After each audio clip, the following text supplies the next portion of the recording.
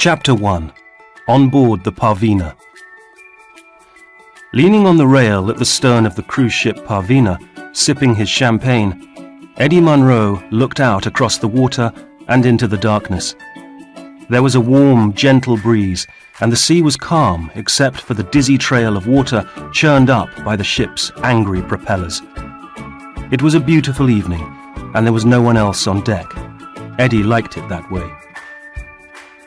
He looked down at his watch, which showed 10:31 p.m., and the ship was already half a mile from the harbour. He was amazed that such a huge cruise ship could move so fast. He was amazed it stayed afloat at all. He watched St. Thomas Island getting further and further away.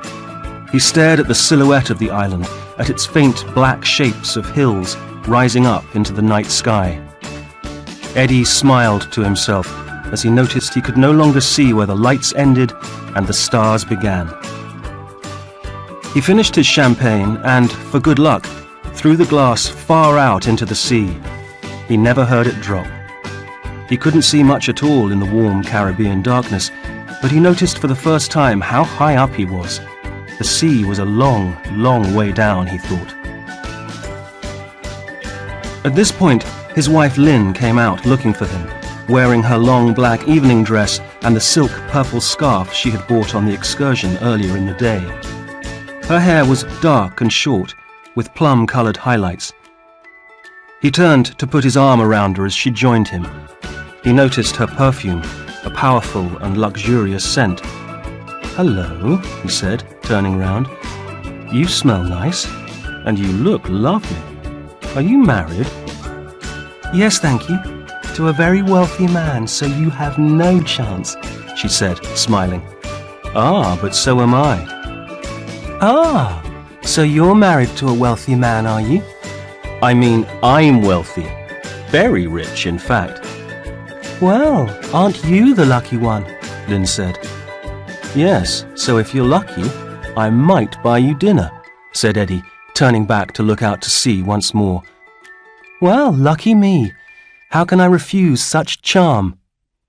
She looked at him and took hold of his hand.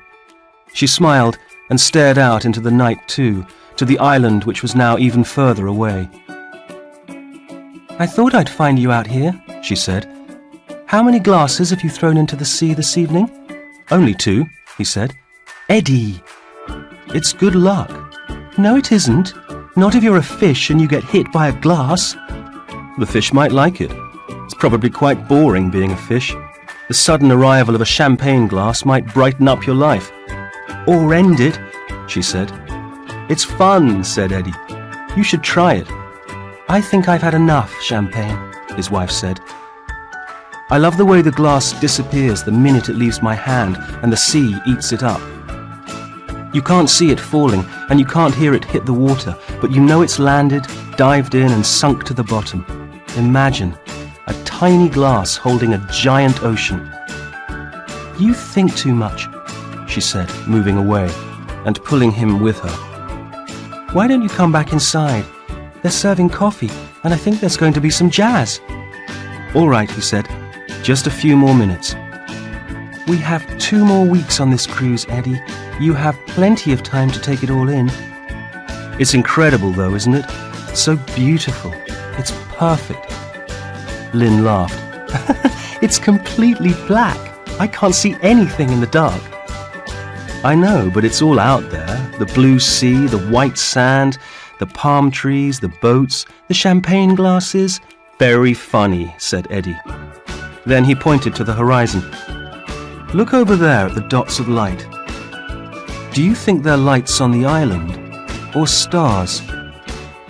Lynn looked hard into the night and gave it some thought. Lights. But you're not sure." "I am sure. I'm always sure." He said. "How is that?" "Because I'm always right," she said, smiling. "Oh, really?" "Of course. I was right about setting up your own business, wasn't I?" "Yes." "And I was right about selling the business off this year for 20 million, only 16 years after starting." "Possibly," he teased. He wouldn't give in so easily. And I was right to let you take me on this cruise, to relax and celebrate in style. Oh, I see. How generous. Just think, you don't have to work ever again. You're a millionaire, Mr. Edward Munro. How does that sound? Lucky me, he said proudly. Yes, lucky you, lucky us. Now come inside before we lose all our money paying for missing champagne glasses. Back inside, the dining room was full of people. It was hot, but the lighting made it welcoming and comfortable. In the time Eddie had been outside, a space had been cleared for dancing, and a few couples were already on their feet. In the corner, 4 musicians, 3 men and 1 woman, were playing a song Eddie knew well, but he couldn't recall its name. The singer was wearing a navy blue cocktail dress, and the men were wearing tuxedos, black ties, and formal dinner suits. Eddie noticed how young the woman looked. Too young to have known the tune when it first appeared, Eddie thought, but her voice was strong and clear, and she seemed to believe in the words at least. How old was she? 25, 26? Imagine singing on a cruise ship in your 20s. What a life! The fun, the parties, the people, the places to go and things to see before your life had even started. It seems so easy now, Eddie thought. His 20s had been very different, and his 30s. Eddie tried not to think about his own past. Now was all that mattered. The past was the past. What doesn't kill you makes you stronger, Clive, his business partner, always said. No such thing as luck, he once said. It's simply the moment when preparation meets opportunity. By now, Eddie was sitting back at his table and next to his wife. She was watching the band and tapping the table. She smiled at the other passengers opposite her, who smiled back, relaxed and enjoying the moment. Eddie looked at his watch. It was almost 11 p.m., but he wasn't tired. Quite the opposite. He felt relaxed and energized. He'd always been an evening person, never a morning person. He looked around at the giant lounge with its circular tables and well-dressed diners and the perfect white tablecloths. The waiters and waitresses in their smart uniforms moved smoothly in and out of the room, and Eddie's eyes followed them as they carried plates and coffee and cakes and trays around the tables, along the aisles, and past the bar. Eddie watched the barman throwing ice cubes and cocktail shakers in the air and juggling them as he made the drinks in acrobatic style. He was confident and polished, and also young. Possibly the same age as the singer. Why was everyone so young these days? Where were all the cruise ship jobs when Eddie was trying to get started in life? Why hadn't he thought of working on a ship in the Caribbean? He found himself staring at the bar in the distance. He was no longer thinking of anything in particular. He was simply listening to the sounds of jazz and the noise of a few hundred people talking and laughing. And that was when he saw him. That was the moment when he saw Dominic for the first time in many, many years. The man was sitting at the bar, leaning forward and smoking a large cigar. He was older now, clearly, and his hair was very grey, but Eddie had no doubt that it was him. He couldn't believe that awful man was here on the ship. And then everything was different. Nothing was the same. All was spoiled, just like before. Chapter 2. Argument with Dominic. You know your problem, Eddie, said Dominic Stevens in his office. You're too hands-on. He leaned back in his large leather chair behind his glassed desk. He seldom made eye contact. His shoulders looked tense and his neck was hidden. I don't understand, said Eddie. How can that be a problem? The team really appreciates my style and the customers love it. It's what I do best. It's why I was brought here in the first place. Oh, really? Said Dominic, clearly unimpressed. I know for a fact that Anne and Gary didn't want an executive to run things. They wanted someone with practical experience and drive and lots of it. They said dull and uninspiring executives and managers have come and gone, and there's been no direction, no feeling for the business, no passion. And you have passion? Said Dominic. Yes. Do you? This isn't about me, Eddie. It's about you, and it takes more than passion to do this job. You need to be a leader. I am a leader, replied Eddie. I've done it for years. My track record speaks for itself. Well, you can't do it all by yourself. I'm not trying to do it all by myself, Dominic. I'm building a team. I'm training new people. Resources are limited. It takes time. We don't have time, Eddie. What did Dominic Stevens know about passion or time, wondered Eddie.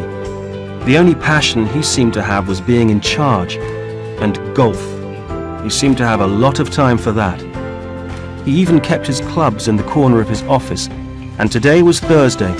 On Thursdays, he always left early to play golf, and he didn't even try to hide it. Eddie was so angry his mouth was dry. I don't know why you have a problem with me, Dominic. There's nothing wrong with my performance, quite the opposite, in fact. Oh, really? Yes.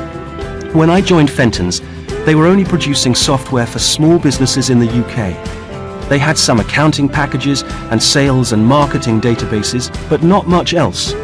I was brought in to expand the business and build exports, and that is exactly what I have done. I brought in some very talented people to develop our products, and we now offer some unique and very powerful programs used by the biggest and best companies globally. When I proposed and won the Moscow account, you said it couldn't be done, and now we supply the entire Russian region. Excuse me, Mr. Passion. I won the Moscow contract for you, said Dominic, pointing firmly at his own chest. Eddie could not believe his ears. This was so unfair. Rage filled his whole mind and body. You did not win that contract.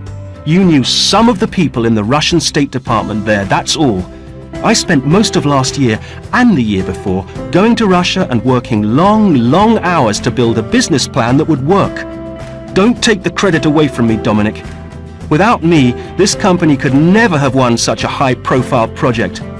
Well, I still haven't seen the final numbers, and I still haven't seen the new business plan, Dominic said, throwing his arms around.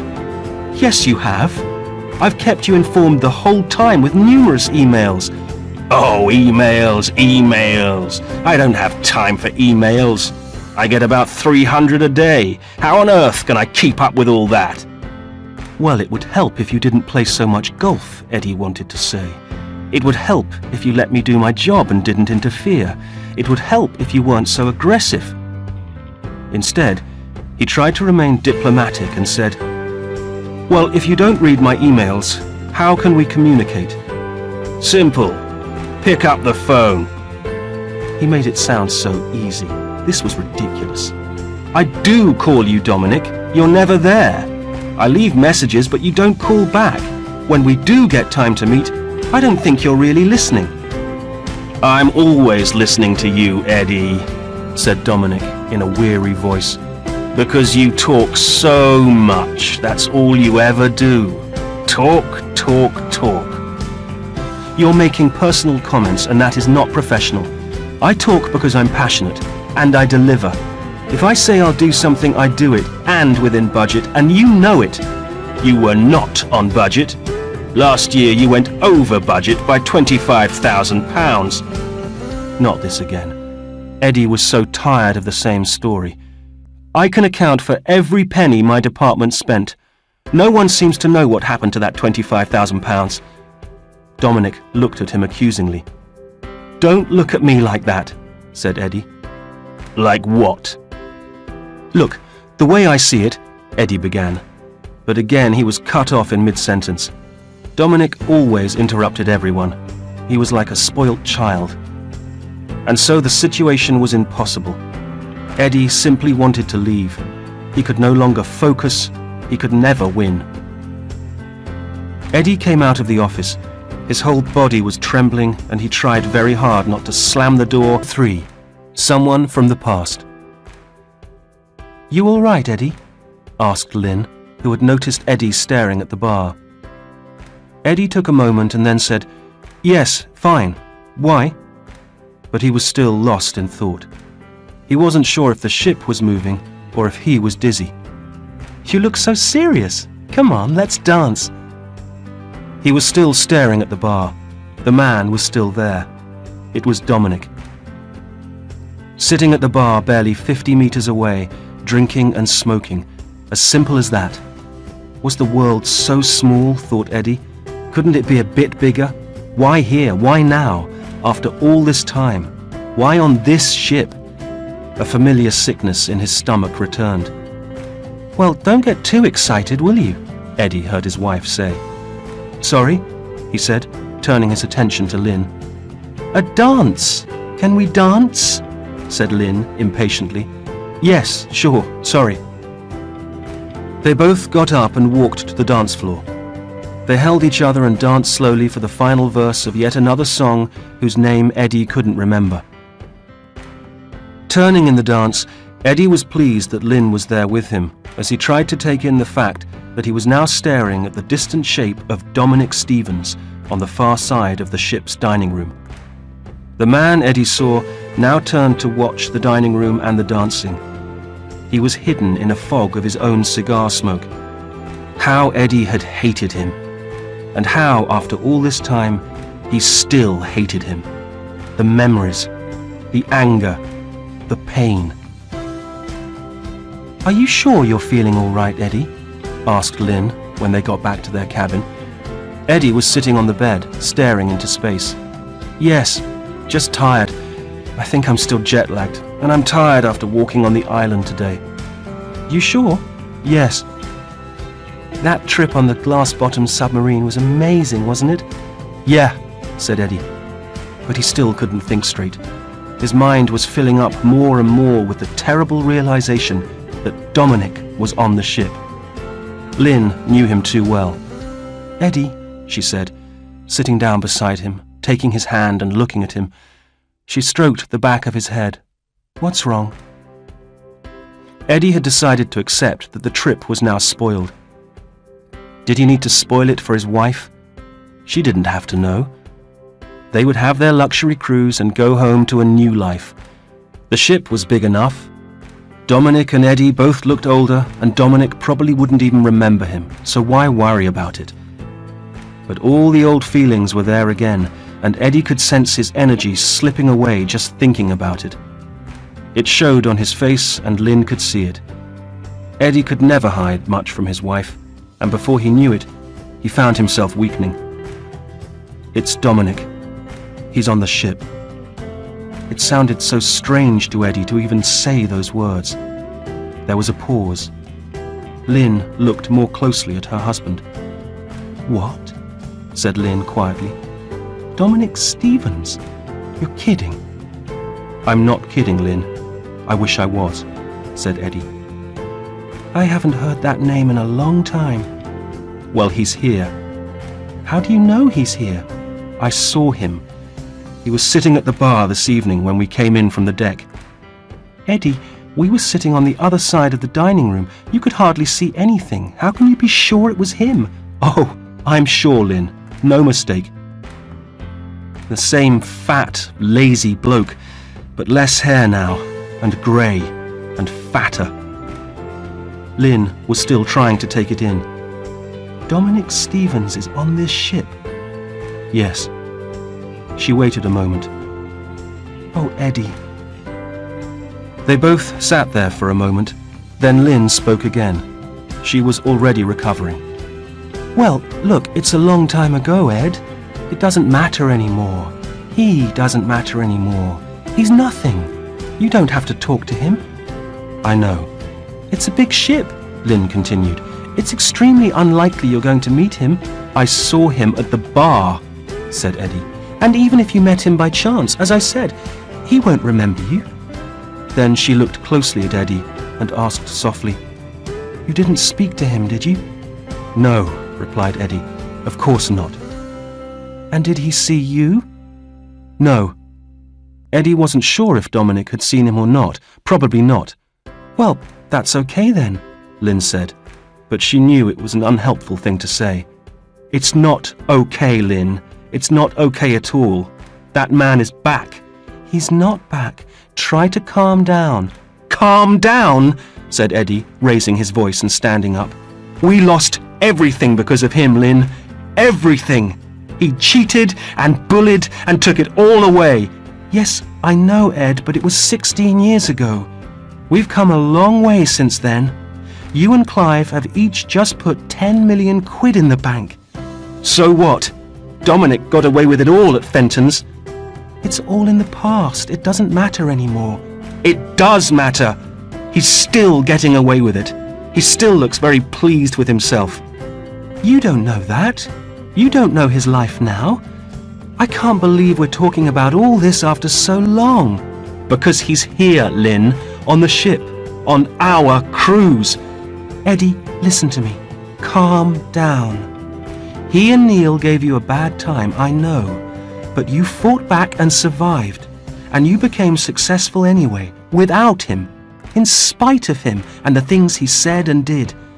You're here with me now on holiday, with financial security for the rest of our lives. You did it. You climbed back out of the hole and it's okay. He can't hurt you anymore." "He nearly destroyed us, Lynn." "But he didn't, did he? We didn't let him."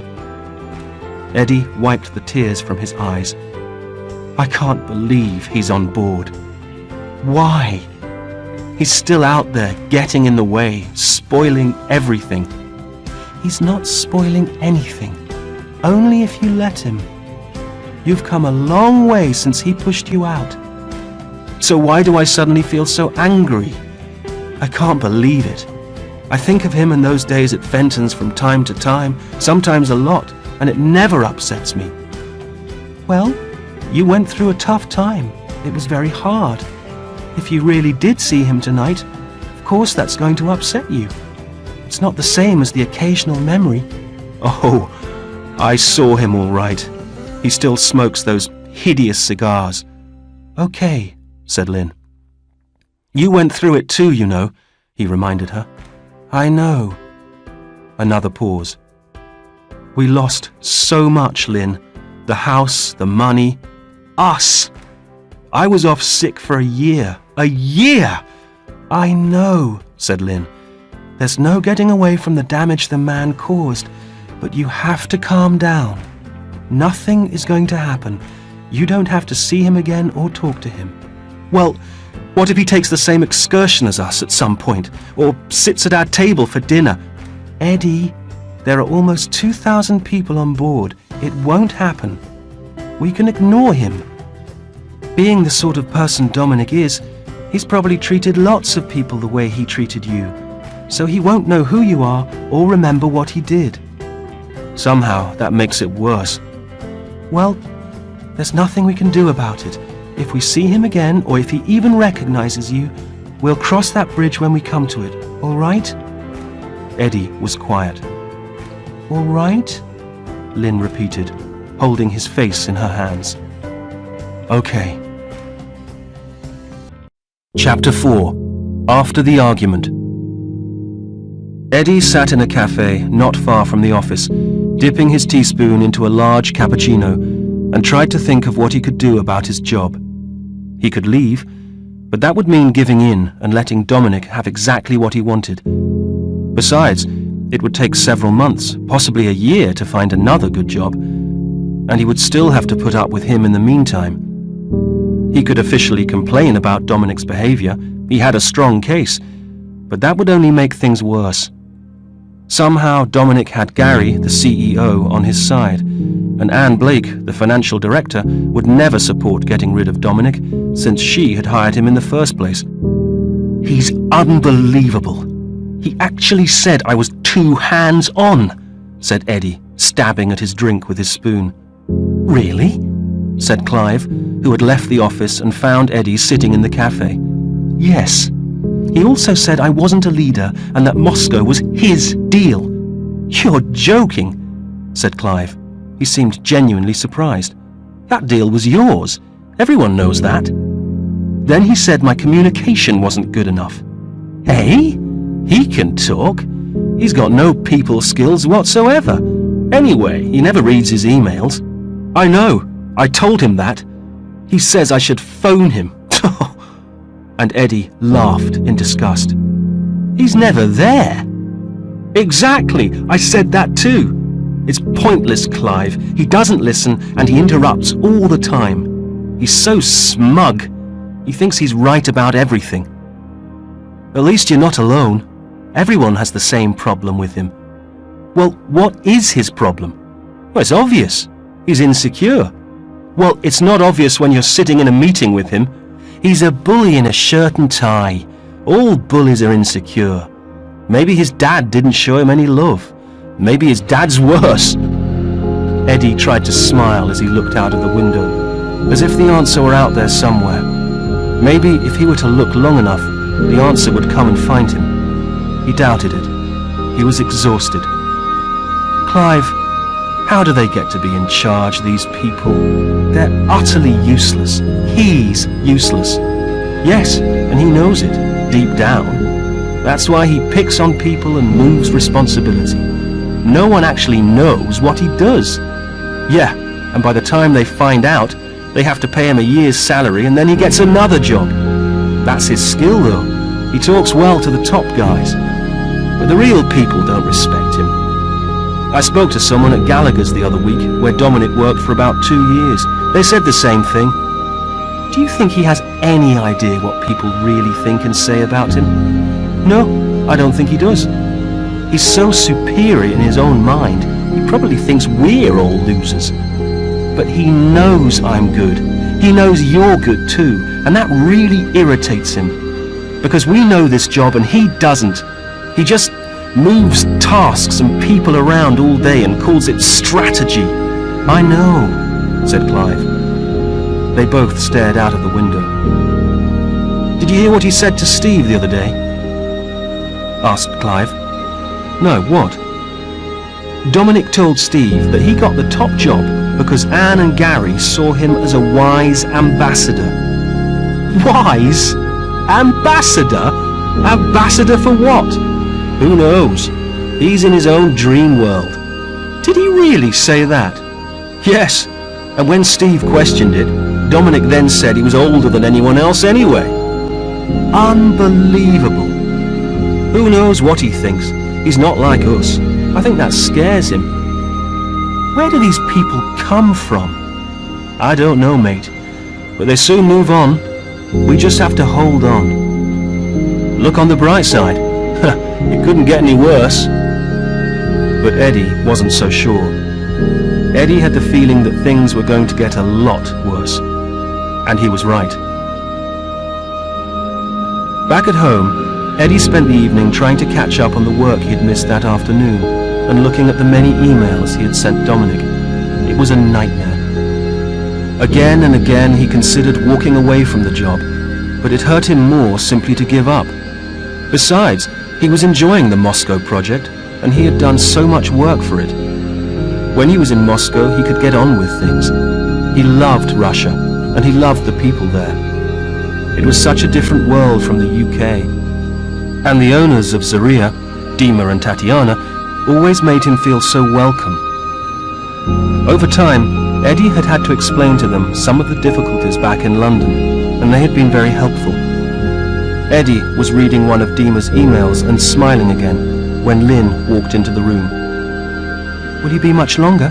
Asked Lynn. Maybe. I'm behind on some deadlines, and today's battle with Dominic didn't help. Just leave it now, Ed. Come to bed, said Lynn. I can't. There's so much. Too much. There's always too much, Lynn replied. It will still be there in the morning. Give yourself a break. Yeah, well, that's true. But with Dominic, I have to be extra careful. He picks on everything. He's an idiot. Yeah, I know it, and you know it, and everyone else knows it. But he's still the boss. Well, what I mean is just ignore him. How can I ignore him, Lynn? He's the boss. He runs the division. He runs me. Well, don't let him, said Lynn. I'm not letting him, shouted Eddie. I'm trying to stop him. That's the problem. There's no need to shout, Eddie. I'm not deaf. Well, you're not being very helpful. Thanks a lot, she said sarcastically. I'm doing my best. Sorry. I was hired to build a team, win a project like the one in Moscow, and make things profitable. He was brought in to oversee the whole division. Then he gets bonuses for doing very little, and I get the blame when the numbers suddenly don't add up. Your numbers are fine. Not according to Dominic. Why? Oh, well, during our useless meeting today, he brought up that old story about being £25,000 over budget, when everyone knows he fixed the numbers. Somehow he gets his bonuses and puts any blame on me. I'm almost certain now that he wants me out, Lynn. Surely not. He needs you. If it weren't for you, good people would have left ages ago. Besides, who else could move Russia along? Oh, don't mention Russia. Why? That's your big success story. Oh, he keeps going on about the fact that he won the Moscow contract, not me. What? That's just not true. I know. What about Anne and Gary? Can't you talk to them about all this? They've changed, Lynn. I've hardly seen them since the new partners came in. Besides, Gary and Dominic are always playing golf at the weekends. Anne's okay still, but she's very political, and I think she's embarrassed that Dominic's upsetting everyone. After all, she was the one who recruited him. And human resources? Can't you report him to them? What do I tell them? That he's got the people skills of a goat? Well, that's one thing. And the intimidation, the lies, and It's very hard to prove, Lynn. He's got his back covered, and they would only report the whole thing to Anne and Gary. And then what? Well, presumably they tell Dominic, and you all get together and sort it out. Easy, really?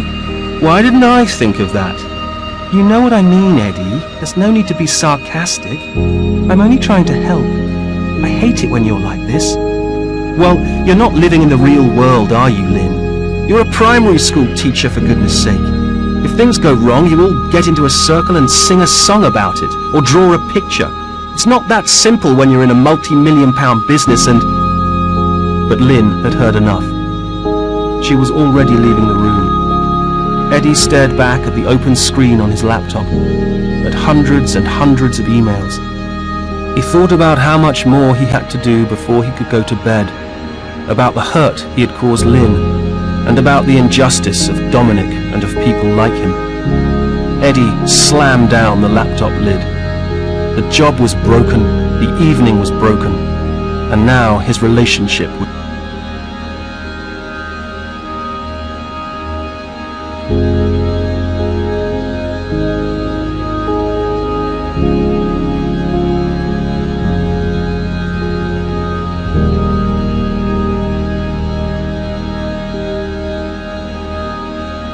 Chapter 5. Eddie's Dream. Although the sea was calm, Eddie didn't sleep well. He had a dream that seemed to last all night. It began with him lying in bed in the cabin of the ship and waking up to find himself in his old bedroom from his childhood. But the bedroom was on the ship. He sat up in the top bunk of some familiar bunk beds. In the bottom bunk should have been his sister, Ellen, but he knew his wife was the occupant now. The bottom bunk was empty, however, and he saw water coming in quietly but rapidly under the door. In his dream, he jumped out of his bunk and straight into 1/2 meter of water. It was ice cold, and Eddie gasped in shock. He was wearing a grey suit and black shoes, but no socks, shirt or tie. With his feet already going numb in the cold water, he opened the small wardrobe to look for them and found a public telephone. Business cards were stuck all over the wall. He noticed his own from years ago with the familiar Fenton's logo, but his details were in Russian. His stomach was tight. His head ached. In his dreaming mind, 1,000 tasks and deadlines seemed to weigh upon his shoulders. The phone started ringing. He picked it up. "Where are you?"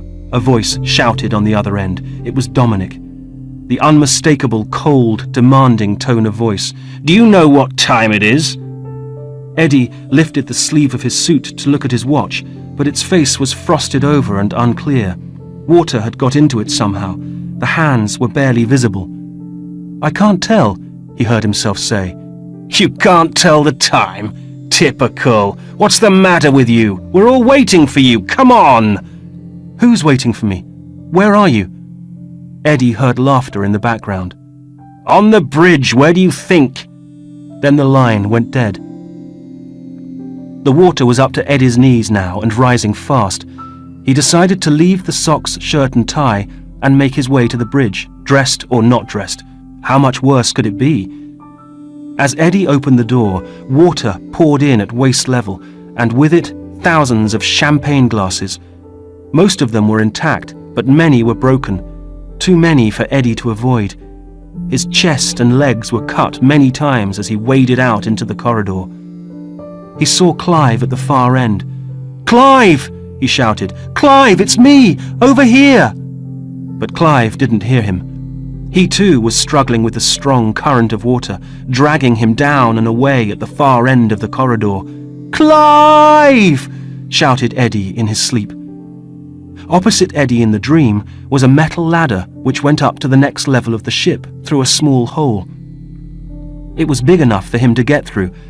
This ladder led to another ladder and another hole, and another and another. Ladders stretched all the way in a giant tunnel leading upwards. Eddie climbed and climbed. He could hear the laughter getting louder, so he decided to follow the sound.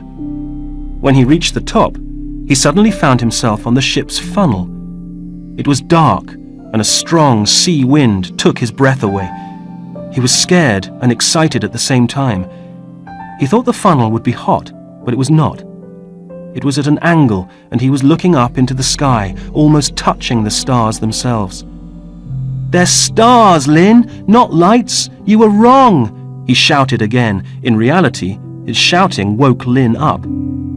Then he looked around and saw that the front part of the ship was already underwater and the ship was sinking.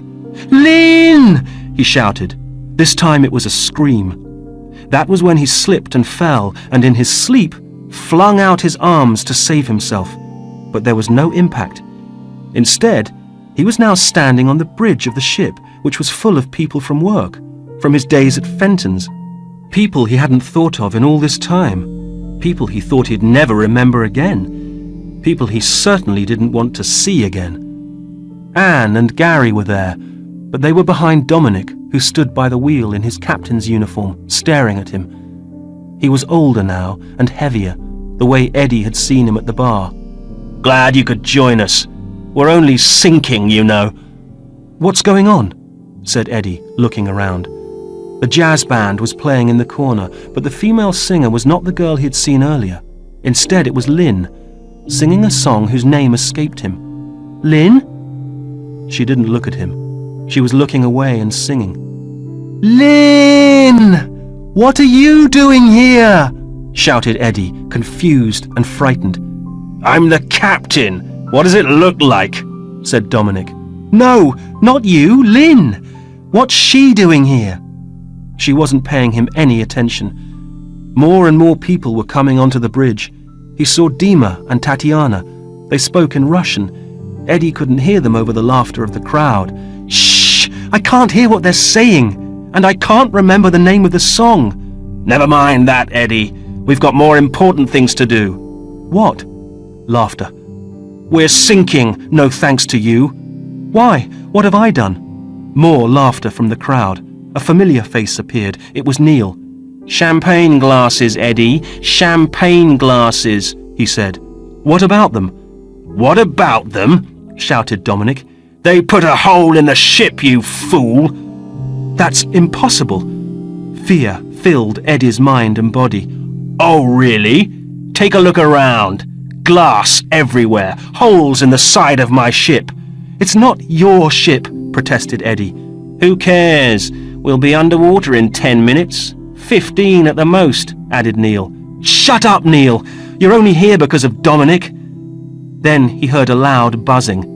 A giant helicopter arrived and flew over the front decks, and another, 3, 4, 5, dozens, like bees around a beehive, buzzing louder and louder. They flew around and shone powerful lights onto the bridge. So many lights. The noise and lights were unbearable. Then sirens, police sirens, people screaming. Eddie covered his ears and shut his eyes. He cried out, "Lynn!" The noise lessened, but the lights were bright, so bright. He was trying to open his eyes, but he couldn't. Now someone was pulling at his arms. "Let me go! Let me go!" he shouted. "Eddie!" Lynn said, trying to wake him up. "Lynn?" His eyes were opening. It was so bright. "It's all right. I'm here," she said, holding him. "We've got to get off. We're sinking." "It's all right," she said again. Then his eyes opened, and he was finally awake.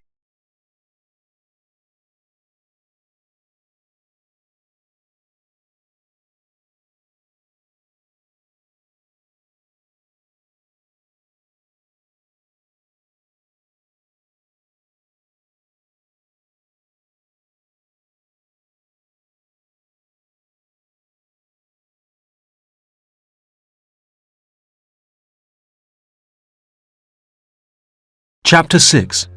Another bad meeting. The next morning, Eddie woke early and his mind was racing. The house was quiet and there was little traffic outside. He felt like he hadn't been to sleep at all, and he was still angry. Lynn was still asleep. It was 5:50 a.m. He listened to the radio for a while until he heard the news, and then he got up, had a shower and got dressed. By 6:45 a.m., he was ready for work and quickly said goodbye to Lynn before walking to the station to get the train into central London. The train was full, but Eddie managed to get a seat by the window. It was a fast train with only a couple of stops before Paddington. As the train picked up speed and aimed for the city, Eddie looked out at the fields and industrial estates passing by. He took deep breaths and tried to calm himself before the day started.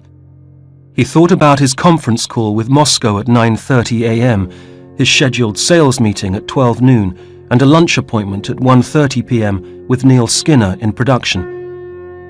Then he was hoping to block off a couple of hours in the afternoon to catch up on emails and paperwork. He got to the office at 8:15 a.m. and sat at his desk with a double espresso and a bagel. As his PC started up, Eddie sorted through some of his papers and wrote a quick to-do list for the day ahead. He logged onto his email and took care of a few basic queries before noticing that Dominic had sent a meeting schedule for 10 a.m. There was no subject heading. Eddie saw that it clashed with his Moscow call, so he rejected it and suggested rescheduling for 11 a.m. and wrote a line to ask what the meeting was about. To support his message, he mentioned that he had an important call at 9:30 a.m. and asked Dominic for his patience in the matter. It annoyed him to think that his day with Dominic was already starting on a negative note, but he tried to put it to the back of his mind.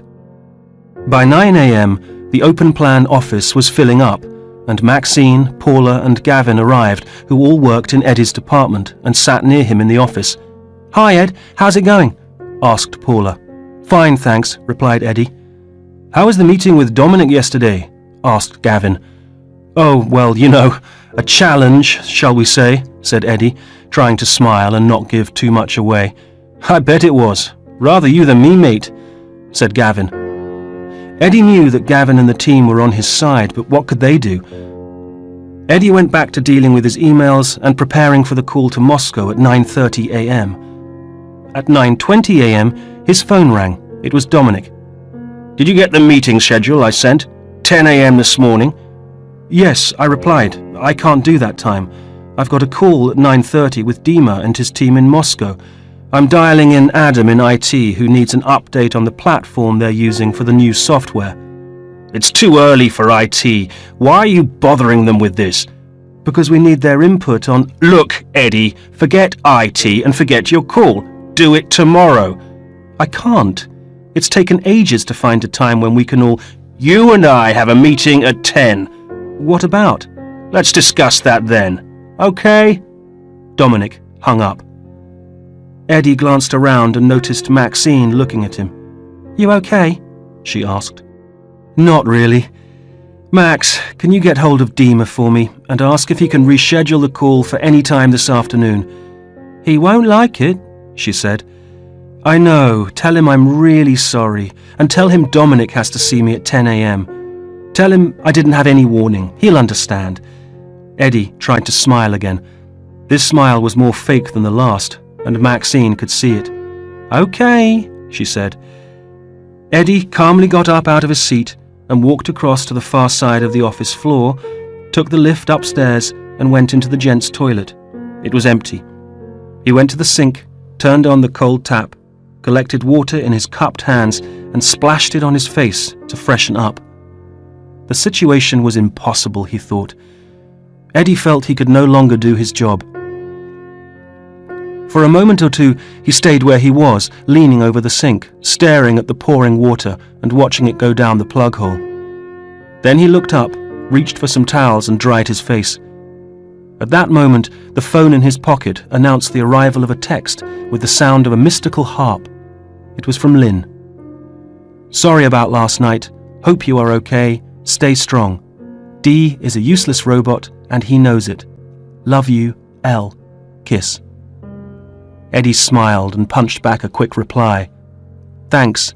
Love you too. Kiss.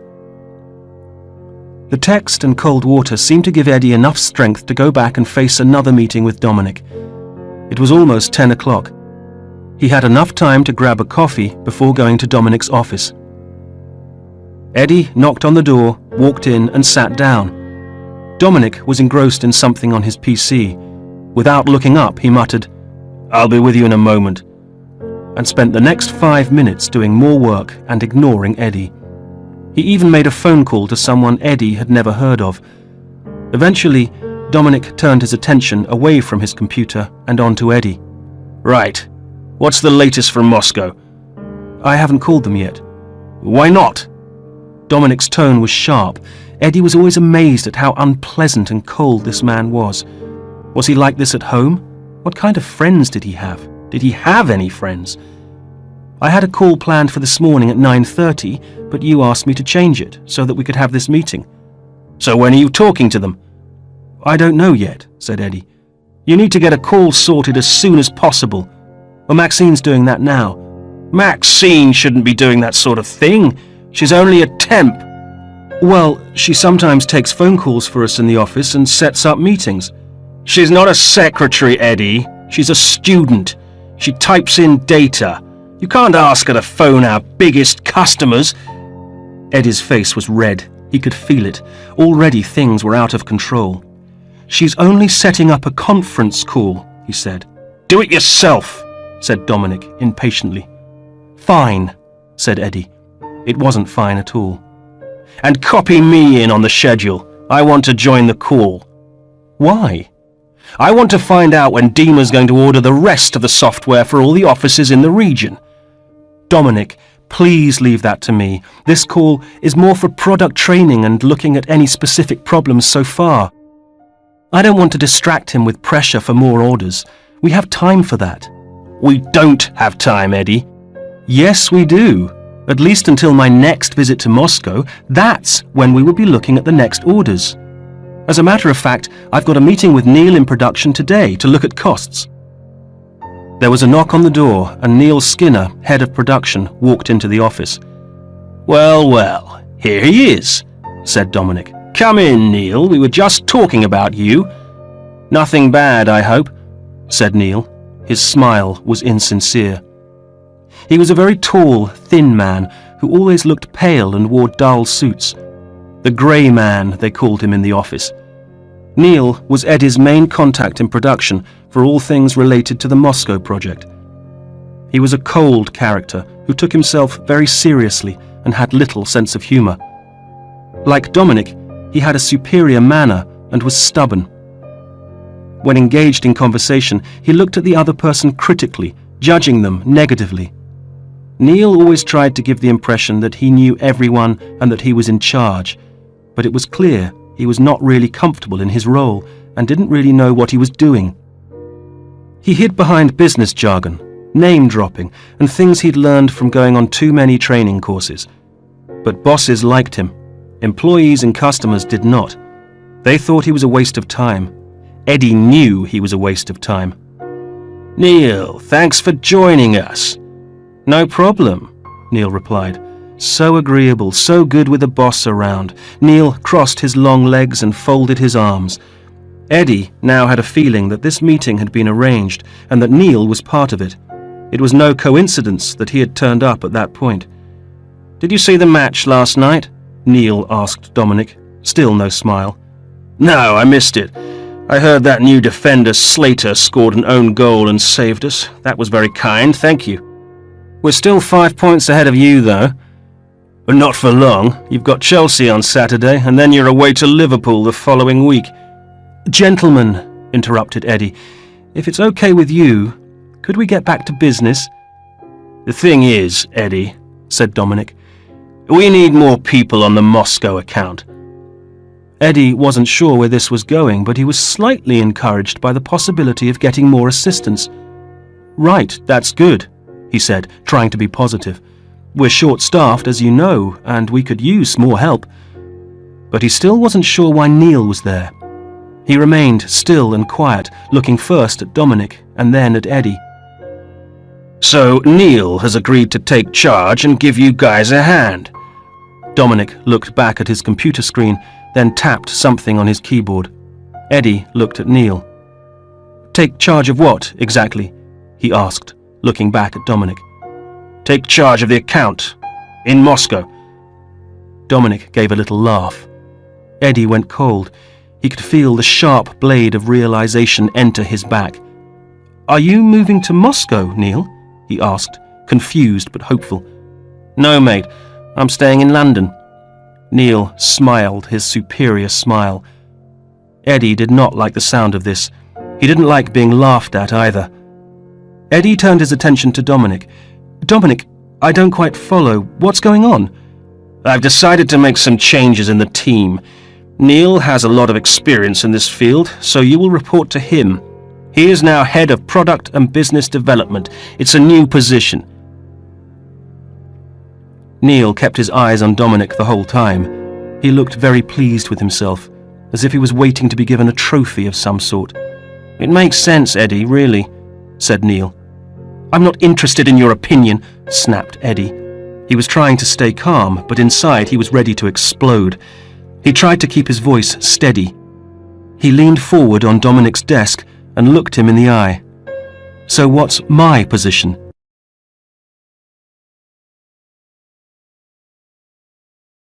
Chapter 7. An Encounter in Barbados. The Parvina docked quietly at Bridgetown, Barbados at 7:20 a.m. Eddie and Lynn were already awake, and they lay in bed listening to the radio. At 7:30, there was a knock on the door. "Good morning, breakfast," said the voice outside. Eddie got out of bed, almost believing he would step into cold water once more, and open the door. A young, smiling man brought in a large tray full of cereals, orange juice, pastries, and a cafetiere of coffee. Eddie led him through the cabin to the balcony door, which he opened. The humid air struck him immediately. "Phew! It's warm. Leave the tray inside," he said to the man. "Thanks." Eddie gave him a few dollars, and the man left. Eddie looked out across the harbour view to where blue sea met white sand, to the houses dotted about the town, and to the green palm trees inland. Market stalls were already being set up near the ship, where locals could sell souvenirs and fruit to the passengers. Eddie heard the distinctive metallic sound of a steel band and saw 5 boys playing down below. He could see at least 3 other ships in the harbour. Given his nightmare, he really appreciated the fact that this was the reality. "Good morning, Mrs. Millionaire. Another day in paradise," he said. "What's for breakfast?" asked Lynn, yawning. "Get up and have a look." "You seem very awake and lively," she said. "Yes, well, after last night's trip to hell and back, this comes as a relief." "You were in a terrible state. Do you remember?" "Yes, I'm trying not to think about it," said Eddie. And he really was trying not to think about it. About the dream, about Dominic Stevens, about the real nightmare of 16 years ago. But he knew it wouldn't be easy. "Damn him," he said under his breath. Lynn and Eddie had decided to do different things that day. Eddie had chosen to go on a catamaran and snorkeling trip in the morning, while Lynn had booked tennis lessons. They took a taxi to the tropical beach hotel and spa, where they were welcomed with fruit punch and given a short talk about the area by one of the hotel guides. The catamaran was scheduled to depart from the hotel's private beach at 10:30 a.m., and Eddie put on his life jacket and joined several other passengers and hotel guests for the 2-hour trip. He was given a mask, snorkel and fins, and he waved to Lynn as he walked down to where the boat was tied up. He was carrying his deck shoes and had a towel in his hand as he made his way, barefoot, across the fine, smooth sand. As he waited his turn to get on board, he looked down at his feet in the warm, green water and thought again about the nightmare and about Dominic. He wondered where Dominic was today. Was he on a trip? Was he even still on board? In the taxi on the way to the hotel, Eddie had worried that Dominic would be on the same excursion. But how likely was it that he would meet him? He started feeling angry again that Dominic was on the ship and that he still existed at all. In spite of this, Eddie was able to relax during the boat trip. After an hour of sailing around the bay and past some spectacular beaches and coves, the catamaran dropped anchor and the small group went snorkeling near an old shipwreck. They watched and fed some stingrays, and Eddie enjoyed the calming effect of being below the surface and in a very different world underwater. He was a good swimmer and very fit. He had swum for his school and his university, and he had won medals for long-distance swimming. Even now, at home, he tried to get to the local pool at least twice a week. When he got back to the beach hotel, he was feeling tired but refreshed. He'd caught the sun too, and his forehead and nose were burnt. He found Lynn sitting on a sun lounger by a small pool with fountains. She was reading and sipping another fruit punch. "Hello, you. I thought I'd find you here," he said. "Oh, hi. How was it?" "Brilliant. You've caught the sun." "I know. I forgot to take some decent sunblock. I borrowed some off the guys on the boat, but I think it was too late." "Here," she said, reaching for some cream in her bag. "Use some of this." She passed him a tube of cream, and Eddie squeezed some into his hand and rubbed it on his face. "How was the tennis?" he asked. "It was cancelled. The guy never turned up, and it was too late to get another trainer." "Really? That's not good. We've already paid for it." "I know," said Lynn, "but they're giving us lunch for free instead, so I don't mind really. I'm booked for tennis again in St. Lucia in a few days, so that's okay." He mocked her. "Listen to you. I'm booked for tennis again in St. Lucia in a few days," she says, sipping her cocktail. Then he said, "This is the life, eh?" "It certainly is. Oh, look, here's Jen." "Who's Jen?" asked Eddie, looking around. He thought she looked familiar. "She was booked for the tennis as well, so we came here for a drink instead and we started chatting. You'll never guess who she is." "I know her, don't I?" asked Eddie. "Yes and no. The same thing happened to me when I first saw her." "She's from the ship. She must be," he said. Jen was almost at the pool where they were sitting. "Yes, not only that, she's the singer in the band." "Oh, yes," said Eddie, turning to meet her. She had on wide sunglasses and a baseball cap. She wore a colourful sarong with palm tree patterns, and her t-shirt was orange with a black saxophone logo. She was carrying a drink in one hand and a cigarette in the other. "Hi, Lynn. Is this your man, then?" asked Jen. "Yes, this is Eddie. Eddie, this is Jen." "Nice to meet you, Jen," Eddie said, shaking her hand. "Likewise," she said. "How was the boat trip?" "Oh, great, thanks. They took us around some fabulous beaches. Then we stopped and swam off the reef near an old shipwreck." "Cool," said Jen. "Some stingrays came by and we were given some food for them." "Oh, I'd love to do that, but I'd be terrified," said Jen. "They're not that dangerous, actually, although they can give you a nasty bite." "Ugh," said Lynn. "Or a sting with their tail," added Jen. "Yeah, well, that's true. It's rare, though," said Eddie. "That usually happens if you stand on one while they're buried in the sand in shallow water." "Aren't you afraid of sharks?" asked Jen, lifting up her sunglasses. "I try not to stand on sharks," said Eddie, smiling. "You know what I mean." There weren't any in the area we were in, said Eddie, sitting down on a sun lounger next to his wife. How do you know? Asked Lynn. Well, you don't. You have to hope that there aren't any. You must be mad, said Jen. It's worth it. The fish you can see near the reef are so beautiful. Well, Jen and I have been doing as little as possible, haven't we, Jen? Absolutely, said Jen, sitting back on her lounger and sipping her drink. So no tennis then? Asked Eddie. No, said Jen. But we get a free lunch, she added. So I heard, said Eddie. What are you doing later? Well, my partner will be here soon and we're booked to go on the island safari. Oh, I saw that in the brochure, said Lynn. Is that the trip where you get a private jeep and go around the island and see the wildlife reserve? Yes, that's it. I love all the animal trips. I can't wait. Dominic isn't keen at all, but he says he doesn't mind as long as he gets his golf. Typical. It's like he's married to the stupid game. I find it so dull. He loves it though. Do you play golf?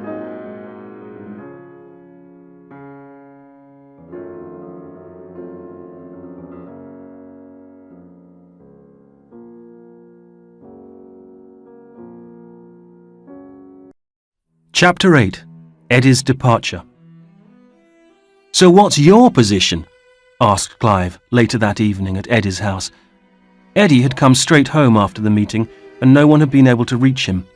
Clive had been worried and so he had called in to see Eddie after work. That's what I said, replied Eddie. And what did he say? Asked Clive. Lynn, clearly angry and upset, interrupted at this point to add, Oh, Clive, listen to this. Eddie was trying to stay calm. He was in shock. He couldn't give me a straight answer. He went on and on about budget control and Neil's experience in Austria when he was with Gallagher's. Neil doesn't do anything. And Austria is very different from Russia. Doesn't he realize that? This project is completely different. I know, Clive, I said all that. There was nothing I could say. When I got a chance to speak, he either didn't listen or simply interrupted. Or Neil joined in with a useless reason to justify himself. It was pathetic to watch. No one at Gallagher's has a good word to say about Neil or the work he did in Austria. In fact, the rumour is that he was sacked because he messed it up. That's how he got into Fenton's in the first place. He needed a job, and Dominic is an old mate of his from university. It makes me sick. I know. That was all Eddie could say. He was so tired, he rubbed his eyes. So there's no position for you? Asked Clive, but he could see the answer coming. Right, said Eddie. They're making you redundant then? No.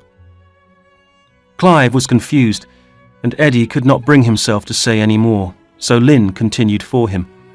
They fired him, she said. There was a brief silence.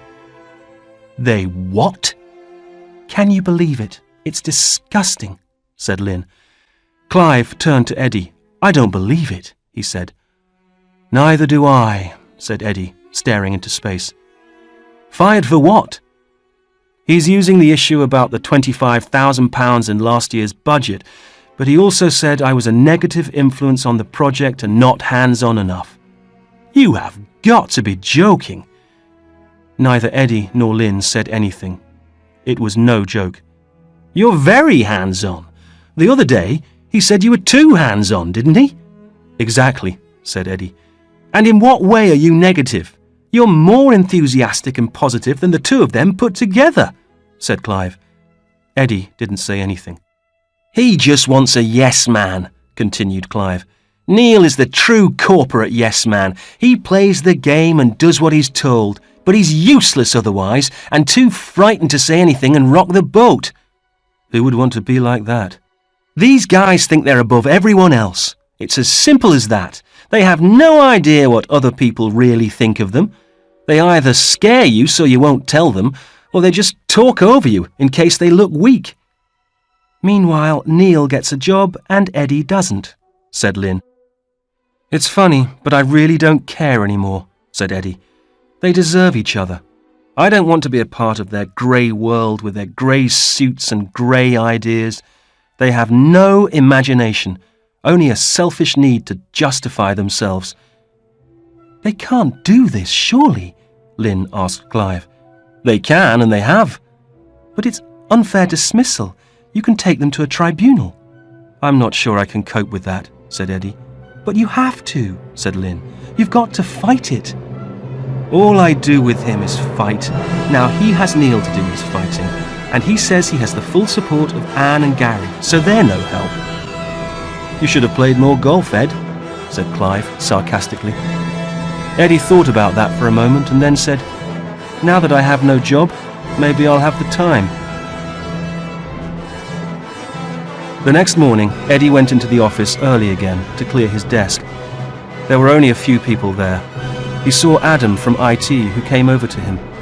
He noticed Eddie was busy emptying drawers and throwing files and old documents away. Hi Ed, how's it going? Doing a spring clean? Good man. Long live the paperless office. Not exactly, Adam. I'm leaving, as a matter of fact. No way, he said. I had no idea. Me neither, said Eddie, reaching for a folder and glancing quickly at its contents. He got halfway through and then threw the folder into the bin. What's happened? I was fired yesterday, said Eddie. The words sounded unreal when they came out. What for? Oh, it doesn't matter. You're one of the best people here, Ed. I mean it. Thanks, Adam, but they don't want the best here. They just want... Eddie stopped for a moment and looked across the office, deep in thought. You know what, Adam? I have absolutely no idea what they want. He turned and looked at Adam. And do you know what the worst thing is? What? They don't know either. My guess is they just want to be in charge. Nothing else matters. They just want to move people around and feel important, said Eddie, slamming a cupboard door shut and pushing his chair away from the desk. They don't think about the people, their work, their customers. They don't care about loyalty. They don't care about building a business. They talk, have meetings and play golf, but they don't know the business and they know they need us to make it work. You know your problem, came a voice from behind them. You were never a corporate man, Eddie. It was Neil. Eddie was completely taken by surprise. He was both embarrassed and furious to see him standing there. Adam started walking away. Look, Ed, I'll catch you later, he said. Let's have a drink before you go, okay? Sure, said Eddie, who decided to ignore Neil and finish clearing his desk. You need the skin of a crocodile in this business, I'm telling you. Eddie tried to ignore him and carried on throwing away files, paper, software manuals, everything. Besides, continued Neil, Dominic needs someone like me, someone more academic. He needs someone who can talk to him. Eddie stopped and looked at him. Was there no end to Neil's patronizing arrogance? Neil, you're deceiving yourself. Dominic wants a yes man, pure and simple. Now he's got one. Congratulations. You're upset. No, really? Amazing. How did you guess? Look, I don't have a problem with you. It's nothing personal. That's so generous of you, Neil. I feel so much better, said Eddie, moving up close to him. He could smell Neil's stale cigarette breath. Well, I have a big problem with you, and believe it or not, I am taking this very personally. I guess I'm human, not a crocodile. What would you rather be? I know how you feel, said Neil. You have no idea how I feel, and don't talk to me about how to talk to people like Dominic. He needs someone more academic indeed. What does that mean? And corporate, what is corporate? You have to play the game, Eddie. Maybe, but I'm not interested if the end result is turning into a grey yes man like you. Ask yourself the question, are you true to yourself? I wonder. Nice, Eddie. Very professional, said Neil, finally showing his irritation. And you know all about professional, do you? Open your eyes, really open your eyes. Listen to what people say about you. You're deceiving yourself, and I actually feel sorry for you. And if you want a second opinion, go and ask people here or your old friends at Gallagher's. Neil was walking away now, so Eddie shouted after him. Did they give you a good reference, by the way? It wasn't redundancy, was it? Eddie carried on putting things in his bag before sitting down to write an email to all his customers and colleagues to inform them of his departure.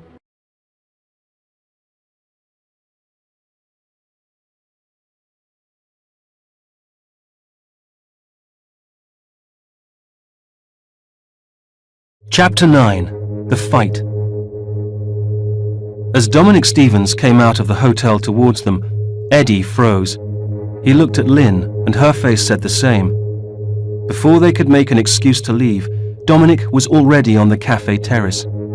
His hair was grey and combed back, and he was wearing white trousers, grey golf shoes, and a green polo shirt, which was too tight for his large stomach.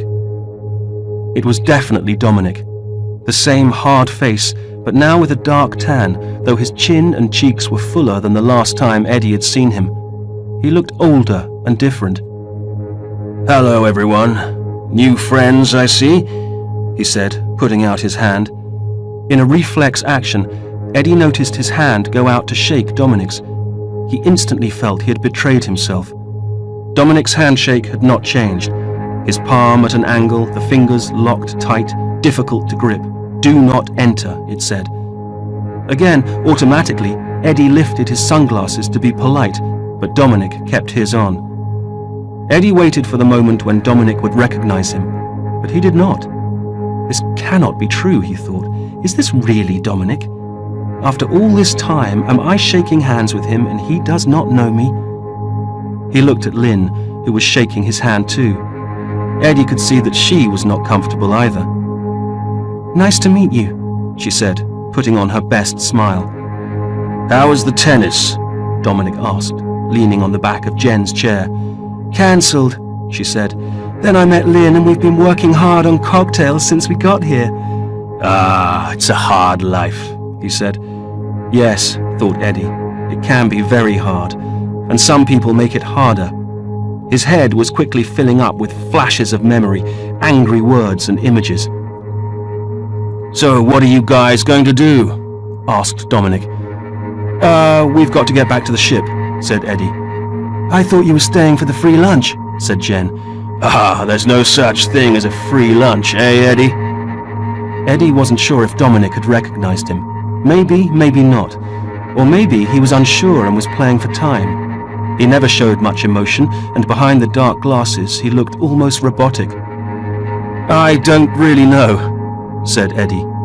He was still trying to recover from the shock of Dominic standing there in front of him after so long. "Sure, I've been in business 25 years and I can tell you no lunch is free." "Right," said Eddie. "Right, well, nice to meet you both." "Come on," said Jen, "stay for lunch." "No, really, I've had too much sun, I think," said Eddie. "Well, we can sit in the shade," said Jen. "No, I mean I don't feel too well," Eddie said. Said Dominic, finally lifting up his glasses and having a good look at Eddie's face. "Your nose is burnt, but you do look quite pale otherwise. You look like you've seen a ghost." Eddie looked into Dominic's eyes. He did not see any signs of recognition. He looked away. "Right. Yes, anyway, Lynn?" he said. "Yes," she said, standing up. "I'm coming." "Well, maybe we could meet for a drink after I finish tonight," asked Jen. "She's a great singer, isn't she?" said Dominic. "Yes," said Eddie. "Wonderful," said Lynn. "I'm off at about 11, so I'll come over to the bar and we can meet you both then." "We'll see how Ed feels," said Lynn. "Sure. Well, tomorrow then. Or breakfast." Dominic was laughing. "We're stuck together on the ship for the next 2 weeks, so there's no getting away, is there?" Eddie had never imagined Dominic on holiday. He only remembered that Dominic always came back from holidays complaining about the children. "Ah, it's good to be back in the office," he used to say, away from the kids. Eddie felt sorry for Dominic's family whenever he heard him say that. What would his kids say if they heard him say that? Eddie had once asked Clive. Why did he have kids or a family at all if he preferred to be in an office? Because these guys like to be the center of the universe, and kids and partners take that away from them. Besides, family life and kids are all about showing emotion, and they find it too scary. That's why they hide behind desks and power. Can you imagine Dominic or Neil trying to be with their kids? They don't know how. They probably didn't know how to be with kids when they were kids. That's so sad, Eddie had said. They are sad. They've missed the best things in life and think money and status are enough. But they are so superior in their own minds that they don't know it.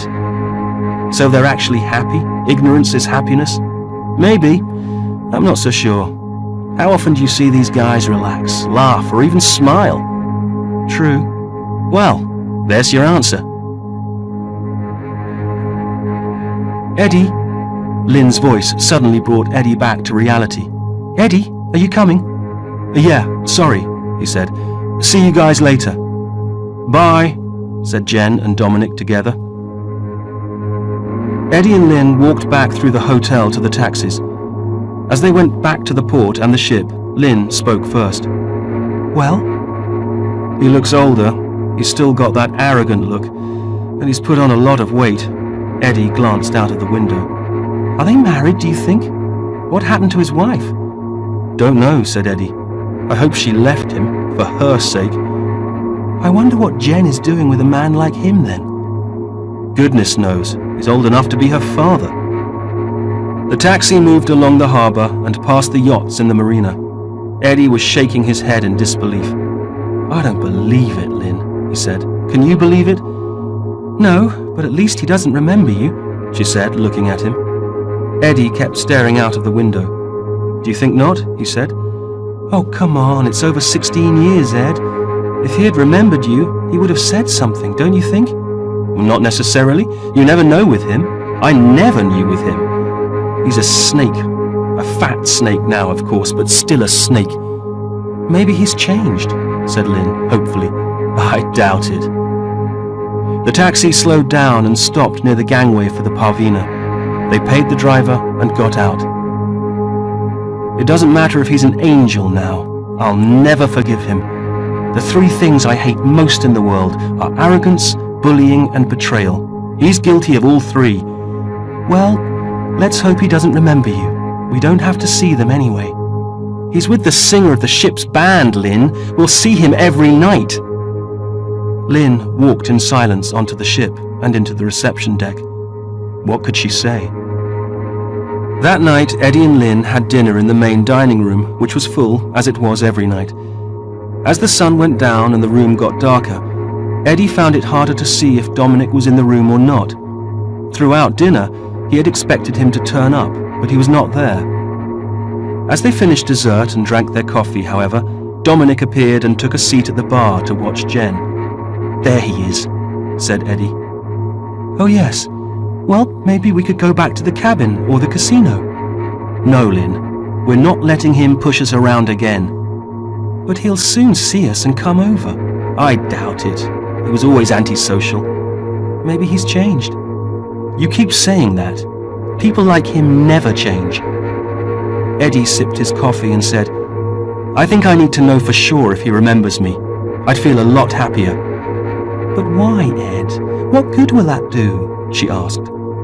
I can't explain. Eddie, please, look, he's leaving anyway. He's not going to bother us. But Eddie had already got up from the table and was walking over to the bar and the exit to follow him. He followed Dominic down the corridor and past the Starlight Lounge, where people were playing cards and reading. He followed him through the door, out onto the side deck, and to the stern of the ship. It was dark, and Eddie thought he had lost him, but then he smelled the unmistakable cigar smoke, and he saw him. The earlier breeze had been replaced by a strong wind, and the sea was quite rough. He noticed Dominic in a small area, alone, sheltered from the wind, leaning onto the rail and looking out to sea. Hello, said Eddie, walking up to him. Oh, hello there. Getting some fresh air? I suppose so. Me too, said Dominic. Feeling better? He asked. Yes, thanks. They both looked out to sea together for a long minute. Eddie broke the silence. You don't remember me, do you? He asked, looking at Dominic. Yes, I just asked if you were feeling better. We met at the hotel today. Your wife's tennis was cancelled. No, not here. Back home, at work. "What do you mean?" asked Dominic, looking at Eddie. "Where?" Eddie knew Dominic had been in many companies, creeping his way in, then getting thrown out. Dominic called them redundancies. Others knew better. Fenton's. Dominic looked at him and then looked harder, using the light coming from the spotlight on the wall. "What's your surname?" he asked. "Monroe." Dominic appeared to be trying to remember. "I was in sales. There was the big project at Zaria in Moscow." "Ah," said Dominic. "Eddie Monroe. Yes." He smoked his cigar some more, buying time. "When was that?" he asked finally. 16 years ago." "Wow, good memory," said Dominic. "Not really," said Eddie. "You fired me, and it's not something one forgets." "Did I?" And Dominic actually laughed. Over the years, Eddie had imagined meeting him again and confronting him. He had never imagined the man laughing. "You did, yes. You found a way to blame me for a budget loss of £25,000. "That's a long time ago. I honestly can't remember," said Dominic, still smoking, looking back at the sea. Eddie was staring at him. His mouth was dry. He was trembling. "Well, I remember." "Good for you," said Dominic, and now his tone was changing. Less interested, colder. "Actually, I remember you were an incompetent bully. You made my life miserable." Dominic turned around and looked at Eddie. "Is that so?" It was too dark to see if he was angry or not. Eddie felt that the situation was getting out of control, but there was no turning back. The words were coming out on their own. "I was very successful at Fenton's," said Dominic firmly. "And one reason was probably because I was able to get rid of useless rubbish like you." "They fired you from there eventually, I heard. Why was that?" Dominic started walking away. "An interesting reunion, my friend, but it's late and I'm bored with this conversation. I suggest you leave the past in the past and move on." Eddie grabbed his arm. He felt Dominic's body stiffen. "Get your hands off me," Dominic said, putting his cigar in his mouth to free his hand. "I moved on, Dominic. I moved on after you took away my job, my money, my peace of mind, and almost my wife." Eddie was angry now. The words were not coming out right anymore. "I've seen your wife, Eddie," Dominic said, laughing. "I can tell you that you still need to move on." "What does that mean?" This time, Eddie pushed him against the rail of the ship and hit the cigar out of Dominic's mouth. The light was shining on Dominic's face, and Eddie saw a mixture of surprise and anger. "Hey, what is your problem?" he shouted. But they were out on deck in the wind and darkness, and it was like a whisper. Dominic pushed back against the rail, but Eddie would not let him move. You are my problem," Eddie shouted. He had no idea what he was doing anymore. He was scared and angrier than he had been for a long time. "Move away, Eddie. This is unacceptable." "Unacceptable? Unacceptable? Oh, really? So after all these years you know what is acceptable and unacceptable. What you and Neil Skinner did to me was unacceptable. The way you patronized and intimidated me was unacceptable. You cheated and lied. You were so smug, so superior. I was the boss. I made tough decisions. You were a casualty. It happens in business. Sink or swim, my friend. Get over it." Without thinking, Eddie brought his knee hard and fast up into Dominic's groin. Dominic shouted out in shock and blinding pain, but was able to push his hand hard into Eddie's face. Eddie lost his balance for a moment, giving Dominic time to stand up straight. Dominic pushed Eddie in the chest, but Eddie did not feel it. He was too busy getting his hands around Dominic's neck. He squeezed, and Dominic tried to get himself free, but he could not. Eddie's hands were locked around Dominic's throat. He dug in his nails to be sure. He pressed his thumbs. Dominic was trying to speak, but he couldn't. He choked out some words, but Eddie could make no sense of them. "Just shut up! Shut up! You stupid, arrogant man!" Eddie growled at him. Eddie could finally see fear in Dominic's face, which had gone pale, and his eyes stared back at him. Eddie could see he was going to pass out, so he loosened his grip. "What am I doing?" he thought. "This is madness." But the moment he let go, pain suddenly shot into Eddie's ear as Dominic threw a punch to the right side of Eddie's head, and then to his right side into his ribs. Eddie was wild and angry once more, this time pushing Dominic back onto the ship's rail. Hard against the rail, fast against the rail. Dominic shouting in pain once more. Eddie punching and punching. Okay,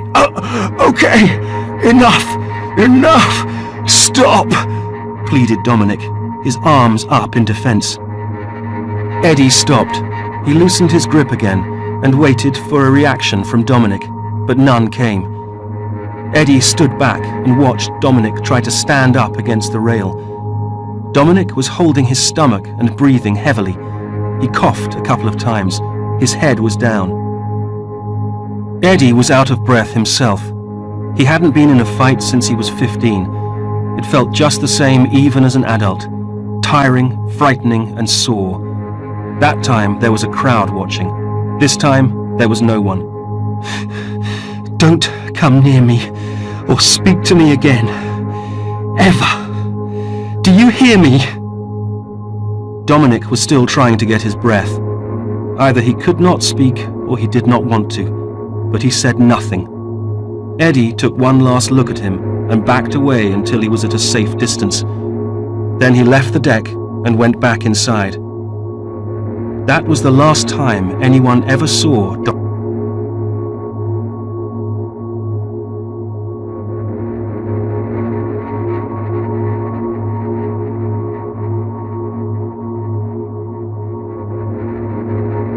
Chapter 10. Sinking, Not Swimming.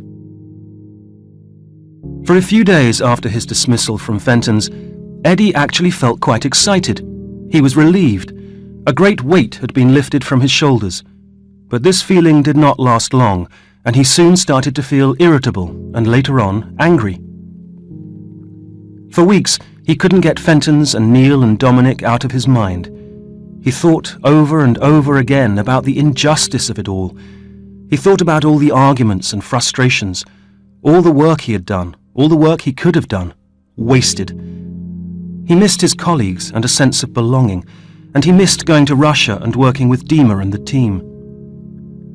To cheer himself up, he tried to remind himself that, apart from people like Dominic, there were things he would not miss, like emails. On the day Eddie left Fenton's for the last time, there were over 400 unanswered emails in his inbox. Eddie always tried to get back to people, but it had become impossible. Every time he got rid of one email, a dozen more would appear within half an hour. The world had gone mad, he thought. At first, like everyone else, Eddie had welcomed the new form of communication. It was neat, cheap, fast and flexible, but soon it dragged him down. He didn't like to admit it, but Dominic was right about not reading emails. They were never ending. Dominic. Back in his mind again. Many times he had had terrible thoughts about what he would like to do to Dominic, and to Neil for that matter. He thought of storming into the office and using Dominic's own golf clubs to smash up computers and break windows, and then going into the car park and doing his worst on Dominic's Mercedes. The shiny paintwork, the windows, all slashed, scratched and broken. It felt good, but his conscience would not let him. In the end, he followed Lynn's advice, which was to get out of the house more and go for walks or go swimming, keep busy, get some exercise. They lived 2 miles from their local sports centre, so every morning Eddie got up with Lynn and then walked through the park to the pool at the sports centre. He made this his morning routine, but he couldn't get used to being in a swimming pool on a weekday morning at 10 a.m. He normally swam after work, so it was strange for him to find the pool almost empty, except for some elderly swimmers and sometimes small school groups.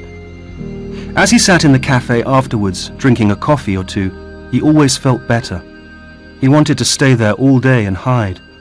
Then his heart would sink at the thought of heading home to nothing. In fairness, Eddie had started looking for jobs in the same week that he was fired, but as depression set in, he lost interest and motivation. Then, to his alarm, he lost confidence. In a way, this was worse than the depression, but these were all new feelings and he was overwhelmed. Everything he had done seemed meaningless, and he wondered how he would ever do a serious job again. He and Lynn had enough money saved to last for about 4 months, but the time soon passed and there were no vacancies. His chances with the best companies in his sector were also harmed by the news of his dismissal over the budget fiasco. By the time there were a couple of opportunities, Eddie was physically unwell and his doctor had agreed he was not fit for work. It took time for sickness benefits to be paid, and with the two of them living on Lynn's small teaching salary, the financial pressures grew. Bills turned into reminders, reminders turned into final reminders, and final reminders became phone calls from angry gas and electricity companies, TV companies, and insurance companies. Then finally, the bank called. Eddie was having a bad day anyway. This was the last thing he needed. "Hello, Mr. Munro, this is CNTS Bank. May I ask you some security questions?" said a young male voice. "Not really," said Eddie. He almost hung up straight away. "I just want to ask you some security questions and then talk to you about your account," the voice insisted. "Well, how do I know you're the bank? You could be anyone," said Eddie. He had decided to stay on the phone, but he wasn't going to make it easy for the person at the other end. "I can assure you this is the CNTS Bank calling." "Okay, then, well, I can assure you that this is Mr. Munro. What do you want?" "I can't do that, Mr. Munro. I need to ask some security questions." "Well, my bank told me not to give my security questions away." "Mr. Munro?" "Ah, you don't know I am Mr. Munro yet, do you?" said Eddie. "When is your date of birth?" "I'm not telling you that until you prove you are the bank." "All right, sir. Ask me a question about your account." "Okay, how much money is in my account?" "I can't tell you that. I have to ask you some security questions first." Eddie hung up. 30 seconds later, the phone rang again. Eddie considered ignoring it, but he was bored and was enjoying being in control for once. "Hello?" "Good morning, Mr. Munro. This is CNTS Bank." "Hi, how are you?" The voice didn't know what to say for a moment, but then sprang back into action. "I'm fine, thank you, sir." Eddie had to admit that the young man was professional. If he was annoyed, he was hiding it well. Eddie felt a little guilty. The man was only doing his job. Then he thought of Dominic and Neil and what bosses like them would do to such youthful enthusiasm. He realized that the voice was still speaking, but Eddie wasn't paying attention. "Sorry, I wasn't listening," he said. "Oh, that's okay, sir. I was just saying that we need to talk to you about your account, and I can get my supervisor if you wish." Eddie decided to give some ground. This was getting boring. "Go on, I believe you. You're CNTS Bank. What do you want?" "Thank you, Mr. Munro. I just need to ask you some security questions. Is that okay?" "Fine." "Thank you. Can you confirm your telephone banking password?" "Chinatown." "Thank you. And can you give me the second and last numbers in your security code?" 8 and 3. "Thank you, Mr. Munro." "You're welcome." "That completes the security with you." "I'm so pleased." "I was calling because your account had insufficient funds to pay some direct debits this month, and your credit card with us is now stopped until you make further payments." "Great. Thank you for telling me. Goodbye." "No, Mr. Munro. You are currently overdrawn by £3,478.11, and the balance on your credit card is £4,490.30. I have to ask if and when you will be making payments into your account." "I have no idea. I've lost my job and I can't work. I'm thinking of doing the lottery on Saturday, so give me a call on Monday and I'll tell you if I can pay you or not. If it helps, I'll enter my bank account number and see if it wins." "Mr. Munro, my supervisor is here. He would like to have a word with you. Would that be okay?" "Not really." Eddie hung up. This time the phone did not ring again, which surprised Eddie in a way. He walked slowly into the kitchen, made a coffee, picked up the newspaper and sat in an armchair, to flick through the pages to see what was on TV.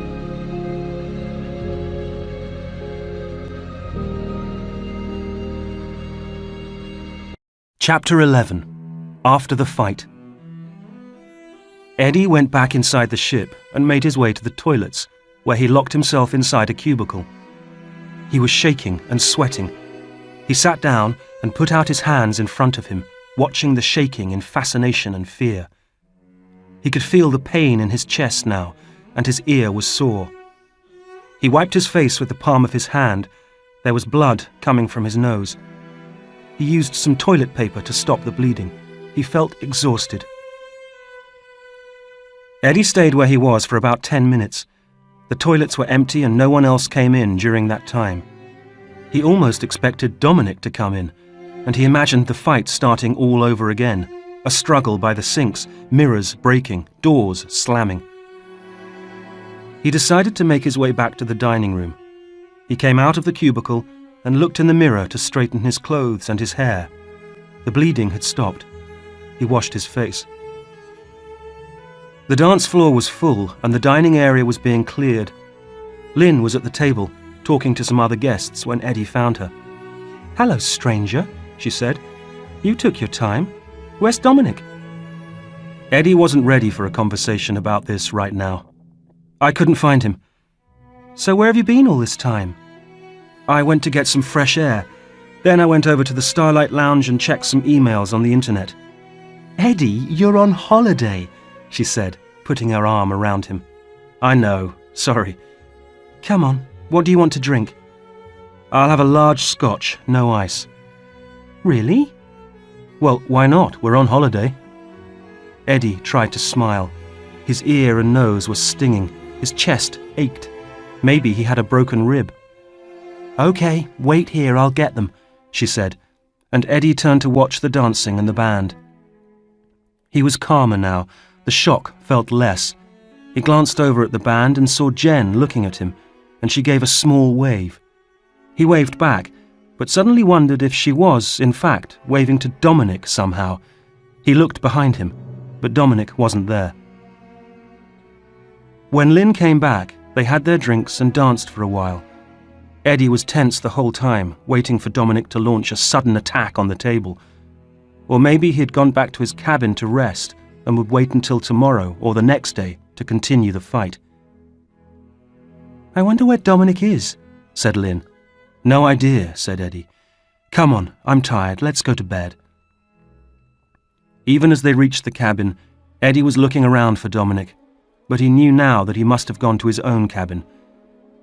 He felt relieved as they walked in, and he sat down on the couch. Lynn was looking in the mirror, taking off her necklace and earrings. In the mirror, she watched Eddie sitting down. "You okay?" she asked. "Not really." "What happened to your face?" Eddie laughed briefly.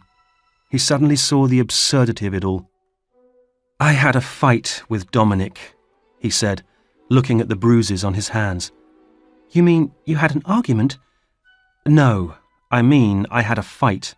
A proper fight, you know, where people hit each other a few times." He was trying to laugh again, but the tears in his eyes and on his cheeks were not happy ones. Lynn stopped what she was doing and came to sit beside Eddie. "You're shaking." "Yeah." "What happened?" she asked. "To be honest, I can't really remember. It all happened so fast. We were outside on deck one minute, and the next I was trying to strangle him." Eddie made a strangling gesture with his hands, and again he saw that they were shaking. "What?"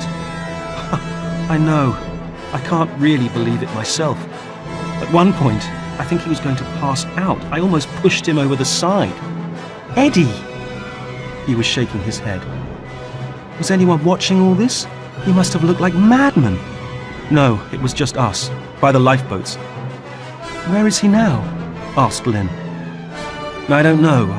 I thought he followed me back inside, but he must have gone back to his cabin." Lynn got Eddie a glass of water. "Thanks," he said.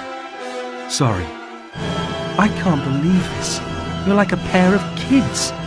It's one thing to find him on board, but it's another to start fighting like kids in a playground. Well, he started it, said Eddie. Listen to yourself, Ed. I know. Look, it's a shock that he's on the same cruise, I admit, and I know it brings it all back. But I thought the plan was to keep a low profile now. Ignore him. Forget him. How can we forget him when he's on the same cruise ship? Well, we'll have to manage, and I suggest we wait and see what happens. If he approaches you at breakfast or something, don't get involved. Apologize and walk away. Apologize? Okay, well, maybe not apologize. Just ignore him. Promise? Yes, I promise, said Eddie.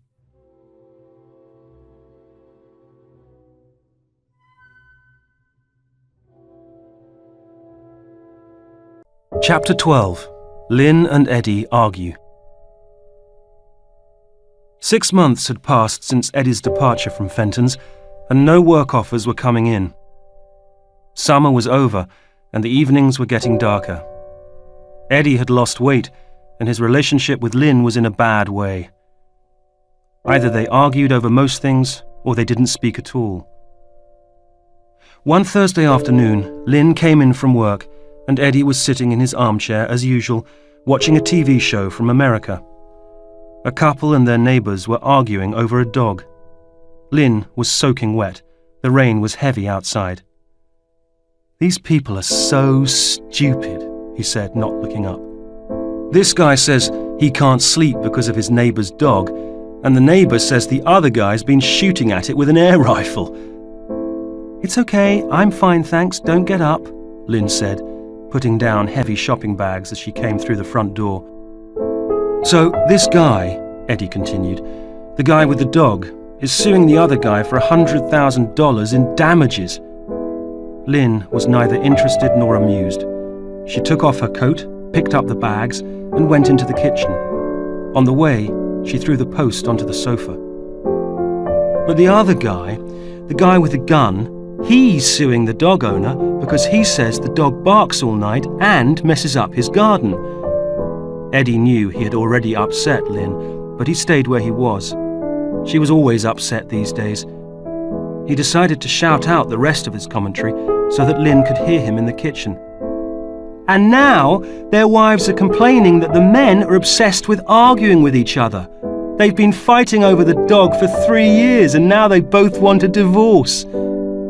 Eddie heard Lynn say something from the kitchen. What? He shouted. Nothing.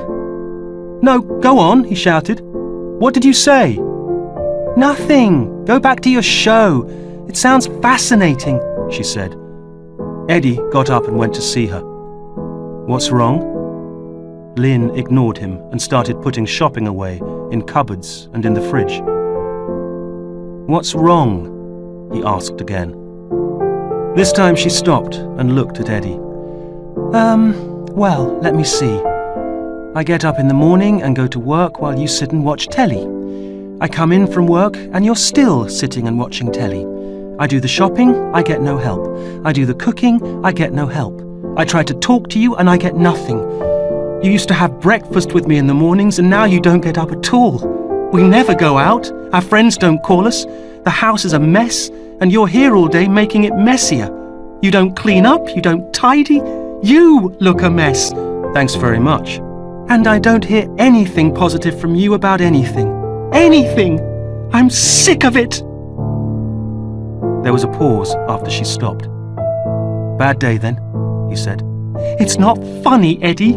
I worry so much about you, your job situation, money, and then I go into work and I have at least 25 kids in my class all day. I try to keep them under control and happy, but I just want to cry. I want to tell them all to shut up. I want to tell them to enjoy drawing pictures and singing songs, because after that, life is pointless. So you did have a bad day. Bad year, Eddie. Bad year. So it's all my fault? That is not what I mean. Yeah, right. At that point, Lynn picked up a full box of eggs and threw it at Eddie. He ducked just in time, and the whole thing exploded on the kitchen wall. I guess we can have omelettes for dinner, said Eddie. but he knew things had gone too far. You can have omelettes for dinner. I'm going out. Where to? I'm going to Angela's. Angela's? That's 2 hours away. When will you be back? Saturday. Saturday? Maybe Sunday. I don't know. Lynn, please. No, Eddie. I've had enough. We're broke. Worse than broke. We are in so much debt. You've got no job and you can't get a job, or you don't want one. I don't know. Lynn, listen to me. You sit in the house all day feeling sorry for yourself. Lynn. She was crying now. And it isn't getting better. She sobbed. It's getting worse, and I hate it. I'm sorry you lost your job, and I'm sorry it made you ill. I'm sorry I'm not strong enough now, but I can't help you anymore. I tried. I've lost you. You're here, but you're not here. I want a break. We want a break. No, Lynn. Please, we have to talk. I'll call you when I get to Angela's. She was walking out of the kitchen and into the hall. She opened the door under the stairs and took out an overnight bag. Eddie could see she had already packed it. I don't believe this. You're leaving me? No. I'll be back on Sunday. Maybe. I don't know. This is ridiculous. You can't go, Lynn. We've been together for 10 years. She was putting on her coat. What about your job? I don't care about the job. You don't care about work. Now I don't care about work. She was walking down the hall towards the front door. Eddie grabbed her arm. Get your hands off me. Lynn. Get your hands off me. He let go. Lynn, I'm sorry. But she had walked out of the door and got into her car and was driving down the road. Eddie stood in the doorway and watched the car disappear. The rain had stopped, but the clouds were ready for another storm. He went back inside and the house felt very strange. Panic was in his mind, heart and stomach. The kitchen door was open and he saw broken eggs dripping off the clock and down the wall. He sat down on the sofa. The neighbors were still arguing about the dog, which was now in the studio, and a dog psychologist was trying to talk to it. This time last year he was in Moscow, working on the project of his career with good money in the bank, and he and Lynn had even discussed starting a family. Now he had lost his job, his money, his health, his confidence, and even his wife. Instead of taking the company to the next level and building a future, he was sitting in his lounge watching a dog in therapy. He looked around for the remote control to change channels and saw the post. There were some letters for Lynn, the new program for the theatre, more bills, and a letter from Steve Scott, his solicitor.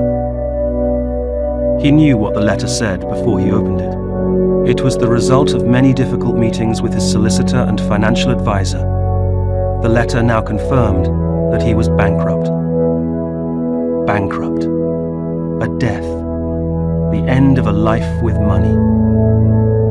For a few more minutes, Eddie watched two American adults fighting and a dog being hypnotized.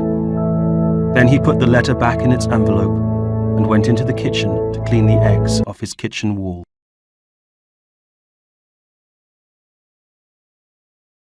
Chapter 13. The Search. The next morning, Eddie and Lynn walked into the dining room and saw Jen having breakfast with some members of the band. Two men in uniform were also sitting at the table. They were asking questions and taking notes. Eddie assumed it was a discussion about the coming evening's performance. He was relieved to see that Dominic was nowhere to be seen. He still didn't feel ready for the inevitable second confrontation. "She looks upset," said Lynn as they sat eating their breakfast at a table nearby. "Maybe Dominic went back last night and started another fight." "Where is he then?" "Maybe she strangled him." "Eddie!" "Sorry. He's having a lie-in, I suppose. Who knows? Who cares?" At this point, Jen looked across and saw Eddie and Lynn. She pointed at them and got up to come over. The two men in uniform accompanied her. "Hello, Jen," said Lynn. "Is something wrong?" "It's Dominic. He's missing. He never came back last night. Have you seen him?" Eddie went cold. Lynn looked at him. "Not this morning, no," said Eddie. Lynn shook her head to say the same thing. "Did you see him last night at all?" said one of the men. Yes, I did," said Eddie. "I went out for some fresh air and Dominic was outside. We chatted for a bit and then I came in. Dominic stayed outside. I didn't see him after that." Eddie could honestly say that this was the truth. He decided not to mention the part about trying to kill each other. "When was this?" asked the other man. "Oh, about midnight, I think, or just after." "What did you talk about?" "Oh, not much, really. The cruise, the weather, the food, that kind of thing." Eddie decided he needed to tell them more, just in case people became suspicious. Get his story out first. "I remembered him from a long time ago, though," he said. "What do you mean?" asked the second man, looking up from his notes. "Mr. Stevens used to work at the same company as me years ago, at Fenton's, a software manufacturer in the UK. He was the divisional boss for a while. I was in sales. When Lynn and I first saw him yesterday, we weren't sure if it was him or not. I wasn't feeling well anyway, so we thought we'd meet him later and find out then." "And was it him? You knew him from work?" "Yes." "And did you talk to him about it when you saw him later?" "He didn't really remember me, and it was almost 20 years ago. I don't blame him. Anyway, we're both here to get away from work, so I guess that's why we didn't really talk about it. I wasn't outside with him for that long." "Did he seem upset or stressed in any way?" Eddie suddenly recalled Dominic's face again. He had looked very upset and considerably stressed when Eddie had his hands around his neck. Not particularly." "What about you, Mum?" asked the first man. "I only met him on the cruise for the first time yesterday. Jen introduced us when we all met by chance at the hotel around lunchtime yesterday." "And how did he seem to you?" "Normal, I suppose. Eddie wasn't feeling well, so we came back. I didn't see him after that." The Parvina returned to Barbados, where the cruise was delayed and an official search began. Eddie saw helicopters come and go, and he saw police coming and going at the harbour. There was even a TV crew. The atmosphere on board had not changed very much. The ship was so big, and there were so many people, with so many things going on, that Dominic's disappearance seemed only a minor problem. It was almost like an additional activity for the passengers to talk about. Who was the man?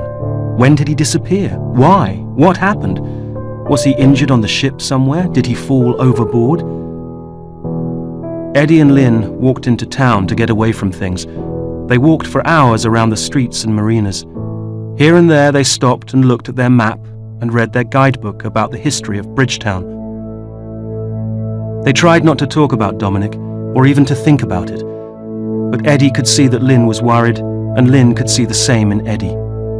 Sooner or later, they had to talk again.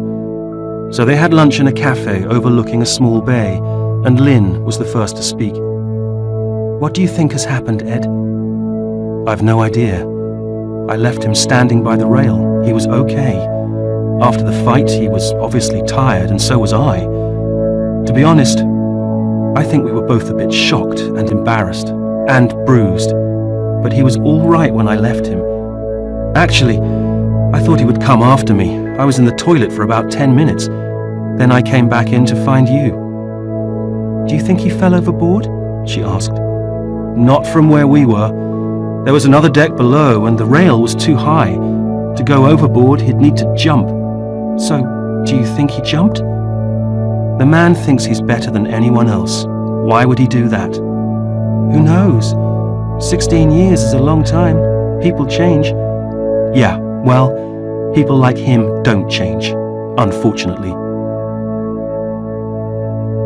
When they returned to the ship, the police asked him to go to the office in Bridgetown to give an official statement. Jen had made her statement and given all the information she could. When she mentioned meeting Lynn and Eddie, it did not take them long to follow it up. "And you met at the hotel, is that right?" asked a tall policeman sitting at his PC. "Yes." "Were you friends?" No, but I worked with him many years ago. We never stayed in touch. We were only colleagues, and I never knew much about him or his life. I couldn't believe it when I saw him again after so long. He didn't even recognize me. So did you meet later, back on the boat? Not together, no. As I said, his girlfriend met my wife by chance. We met briefly at lunch, and we agreed to meet later for a drink. Eddie didn't mean to say that, but then he realized Jen had probably said that in her statement. Eddie waited for another question. The policeman looked up at him. How did he seem when you met him at the hotel? Happy? Sad? It was hard to tell, said Eddie. That was true. He had his sunglasses on the whole time. We only chatted for a few minutes. And did you meet for a drink? No, we didn't. We were supposed to meet at the bar after Jen, his girlfriend, finished her session with the band. I met him briefly on deck, though. I see, said the policeman, tapping information on his keyboard. What did you talk about? Not much, really. I was only with him for about 5 minutes, but I came inside because I was cold. Then Eddie thought he should add something else. I was hoping to find out what he'd been up to since the old days, but I never saw him after that. Why not? I'm not sure, to be honest. I was with my wife for the evening, but we went back to our cabin earlier than we'd planned. We were tired. I was feeling unwell. I was unwell at the hotel. Too much sun, I think. Ah, yes. Mr. Stevens' girlfriend mentioned that. What time did you go to your cabin? I have no idea. Eddie didn't like to end his statement with uncertainty, so he added, On the ship you lose track of time. We both went to sleep. The first thing we heard about Dominic's disappearance was this morning when Jen came to tell us at breakfast. The policeman nodded and carried on typing. So what do you think has happened? Eddie asked the policeman. We're not allowed to say, Mr. Munro. A thorough search of the ship and the area is being carried out. If we hear anything, there will be an announcement. Is that all then? Asked Eddie. Yes, thank you, that's all for now. We have your details if we have any more questions. Okay, said Eddie. He got up and walked out of the office into the bright Caribbean. Chapter 14. Swimming, Not Sinking. In the end, Lynn stayed with Angela for 5 months. She told Eddie that she needed some time to feel normal again. They didn't argue anymore, and it was only a separation, but it frightened Eddie. When Lynn left and stayed away for 5 months instead of 3 nights, he really thought he'd lost her forever. He was as low, lost and lonely as anyone can feel, but he knew this was a turning point. Losing Lynn was 1,000 times worse than losing his job, and he needed to make changes. As Clive said to him during that time, when you hit rock bottom, the only way is up. It was a mess, however. Eddie's mental health was not good, and it got much worse when Lynn left. He couldn't find work, and his depression made it impossible to do so. Lynn also lost her job when she didn't come back immediately. They had to sell the house and furniture to cover all their debts, and they were no longer in a position to borrow money to start again. Steve Scott, their solicitor, was an enormous help to both of them, handling their finances and their legal problems. He did everything except start a divorce action for them, and they had Clive to thank for that. Clive realized that the separation could not last long, and he kept in touch with both of them to make sure that it didn't result in total breakdown. By Christmas that year, Eddie was staying at Clive's and Lynn was still at Angela's. On New Year's Day, Eddie called Lynn to give her his best wishes. Happy New Year, he said. Same to you, all the best, she said. I hope it's better than the last one, he said. That won't be difficult. It couldn't be worse, she said. Silence. It's strange, said Eddie. We have never been apart on New Year's Eve. No, said Lynn. What did you do? Well, you know me. I don't like it much. Angela and I stayed in on our own and watched DVDs. Then some neighbours came round just before midnight. We got to bed around 2 o'clock. Sounds good. Not really. Why? Well, you know, she said. Eddie knew. Yes, he said. You? Asked Lynn. What? What did you do? Oh, Clive and I went to the pub and stayed there until about 1. It was okay. How is Clive? He's here. Do you want to speak to him? No, it's all right. I'll text him. Okay. A pause. Lynn? Said Eddie eventually. I'm still here. I miss you. I know. Come back, please. I can't. Why? Because you haven't got a house and neither have I. They both laughed a little. Okay, if I get a house, will you come back? Only if you get a big one. Okay, very big. Okay, with a garden. Right, a big garden. I'll try. And a swimming pool. Okay. Liar. Okay, the swimming pool will take time. I'll work on that. Fine. A large bathroom and modern kitchen will be okay instead. With or without egg on the walls. He heard her laugh on the other end. Another pause. How are you feeling? She asked. Generally. Well, not bad. Clive makes me go swimming and read his car magazines. Good for you. Muttered Eddie. Silence. Eddie wanted to tell Lynn again that he missed her. Don't give up, Ed, she said.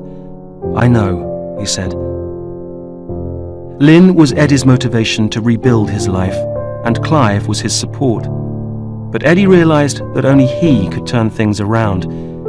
He was encouraged that over the time he was out of work, he had actually started missing his work and his friends in the business. Over the next few years, Eddie put together a business plan and borrowed money from friends and family. He began as an export agent in London for various UK software companies. He still had a strong and loyal commercial network throughout Europe, and many of his old customers and contacts were glad to have him back. Some had already become disillusioned with the larger companies like Fenton's, and Eddie's introduction of new products and a faster and more personal service brought good results. His enthusiasm and energy returned, and every day he enjoyed the thought that he was his own boss. No one could undermine his plans or take away the credit. He set up a small office not far from Notting Hill and started off with a part-time office assistant. At the end of the first year, he had taken on 3 full-time people. By the following year, he had moved to larger offices and had a team of 10. It was the beginning of a 16-year journey which turned Eddie from a bankrupt, broken individual into a confident and very wealthy man. Over time, Eddie poached some of the team from Fenton's, including Clive, who soon joined him as a partner. Clive then headhunted some of the best people from Fenton's production and development team. With investment from some overseas partners, they then created a series of online titles for companies to provide general training, systems and platforms to run their businesses. This was a turning point. Clive and Eddie's team developed a unique way of linking online training with mobile phone technology, and their best seller was a 12-module course called People Skills for Successful Business. They licensed it worldwide and won an Innovation Award. At the awards night at the Savoy Hotel in London, Clive suggested they send a copy of the whole series to Dominic and Neil, but Eddie said it was a waste. They wouldn't understand, he said. Some people think they know everything anyway. Let them suffer. And they toasted their success. Business went from strength to strength, and Eddie traveled extensively to build strategic partnerships using the training catalogue of Integrated Online Mobile Training, OMT. His contacts and friends in business were loyal and supportive. Within 5 years, they had offices in Hong Kong, San Francisco, New York, Sydney, Bucharest, Munich and Paris. On the day when he and Clive sold the business for £20 million, Eddie came home to Lynn, who was sitting in the garden reading. "It's done," he said, smiling. "Really?" "Really. We signed the agreement this afternoon. It's over." "20 million?" she asked. 20 million. "Oh, Eddie! She jumped up and put her arms around him. I am so pleased for you, for us. You deserve it. Thanks. Let's open the champagne. It's in the fridge. I'll go and get it, she said. When she came back, Eddie handed her a large envelope. What's this? She asked excitedly. Open it. Lynn tore open the envelope and pulled out a large, colourful holiday brochure. What's this? She asked. It's a holiday brochure. I know it's a holiday brochure, she said, smiling. Where are we going? We're going on a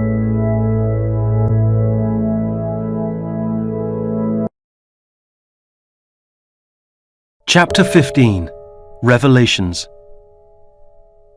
2 more days passed with no sign of Dominic. Then 3 days, then 4, then 5. Soon a whole week had passed. Eventually, the authorities decided to call off the search and let the ship continue on its voyage. The shipping line did not want to cause any further inconvenience for the passengers. The longer they stayed there, the more bad publicity they faced from the press. From their point of view, the sooner things got back to normal, the better. Cruise life continued, and the Parvina took Eddie and Lynn, and its mystery, to St. Lucia, Antigua, Martinique, and Grenada. Back in Barbados, before flying home, Eddie and Lynn went shopping and stopped at a cafe. The TV was on by the bar, but the sound was off. Eddie stared at the news and saw some familiar pictures of the ship, the helicopter searches, and the same photograph of Dominic that was used in all the reports of his disappearance. They had seen all these pictures before, but this time the report seemed to continue with interviews with people back in the UK. Eddie could see a businessman talking to a TV journalist, then another. Then there were pictures of some buildings. They were offices where Dominic had worked, but Eddie didn't recognize them. There were pictures of Dominic's house and an interview with an elderly couple. The caption read that they were Dominic's neighbours. There was no time to get up and see if he could turn on the sound before the news moved on to another topic. Lynn, they've just shown the report on Dominic again, but they're showing more stuff from home and about where he worked, and interviews with his neighbours. Well, everyone loves a good mystery, I suppose, she said. No, I think the story's changed. Something's going on. Well, maybe you should get a newspaper or look on the internet. Good idea, said Eddie, looking around. There were no papers, but there were 2 computer screens in the corner. Eddie bought a username and password from the waiter and went online. He keyed in the address for the Times website, and there he saw a headline below the UK political news that took him completely by surprise. Under a familiar photograph of Dominic, it read, "Missing businessman stole thousands. Police suspect suicide." Eddie couldn't believe it. He clicked on the headline and a new page revealed itself on the screen. Underneath the headline, there was a picture of a younger Dominic, and a new article appeared. Eddie could not read it fast enough. The search for missing London businessman Dominic Stevens has finally been called off. Authorities now believe that Mr. Stevens took his own life whilst on a cruise in the Caribbean, leaving behind large debts and a trail of fraud and corruption. Mr. Stevens went missing over a week ago on the American cruise ship Parvina, sometime after midnight on the 20th of June in the South Caribbean Sea. After days of searching, it is now believed that Mr. Stevens may have jumped overboard somewhere between Barbados and St. Lucia in an act of suicide. The exact time of his disappearance is not known. Search and rescue teams have been covering an area of thousands of square miles with no sign of Mr. Stevens. The disappearance follows reports that Mr. Stevens had recently been fired from Flash Electronics Inc. by partners in the firm. It had been discovered that Mr. Stevens had embezzled at least £145,000 from the company during the 7 years he had worked there as CEO. Further interviews with police are also being held at other companies who have also reported acts of fraud, corruption, and intimidation in connection with Mr. Stevens. The 61-year-old businessman was due to appear in court on the 15th of June, charged with theft, but failed to make an appearance. He was reported missing by his wife, Margaret Stevens, but it is believed Mr. Stevens left the country on the 16th of June to join the cruise ship Parvina. Friends and colleagues spoke of their shock and disappointment. Eddie looked up from the screen and turned around to Lynn, who was sipping an iced tea. Lynn, you're not going to believe this, he said. On the last night of the cruise, Eddie and Lynn had a quiet dinner together in the Starlight Lounge, danced for a while, and then went for a walk on deck before bed. Although the day's intense humidity had gone, the evening was still warm. The sky was clear, and bright stars mixed once more with island lights on the far horizon. Eddie leaned on the rail and looked out. "I'm going to miss all this," he said. "I know, me too. But we can do it again, can't we?" "Yes, definitely. But maybe next time we can do it without your ex-boss turning up and creating an international incident." Eddie smiled. "Well, if he does turn up next time, he'll have a lot of explaining to do." "Unbelievable. It's like a story from a film or a book." "Yes, truth is often stranger than fiction." A pause.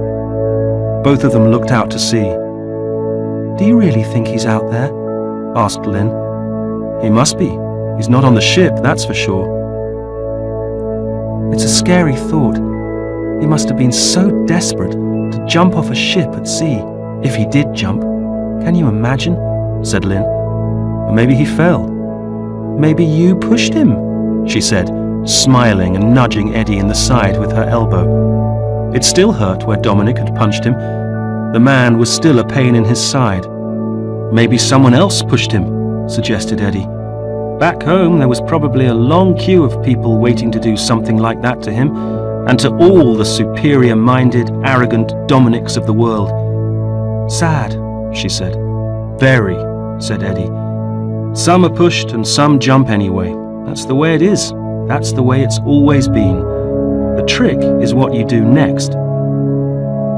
Eddie took a deep, relaxed breath, let out a long sigh, and looked out to sea, to the Caribbean horizon once more, and for the last time. And then he smiled. It was very clear to him now.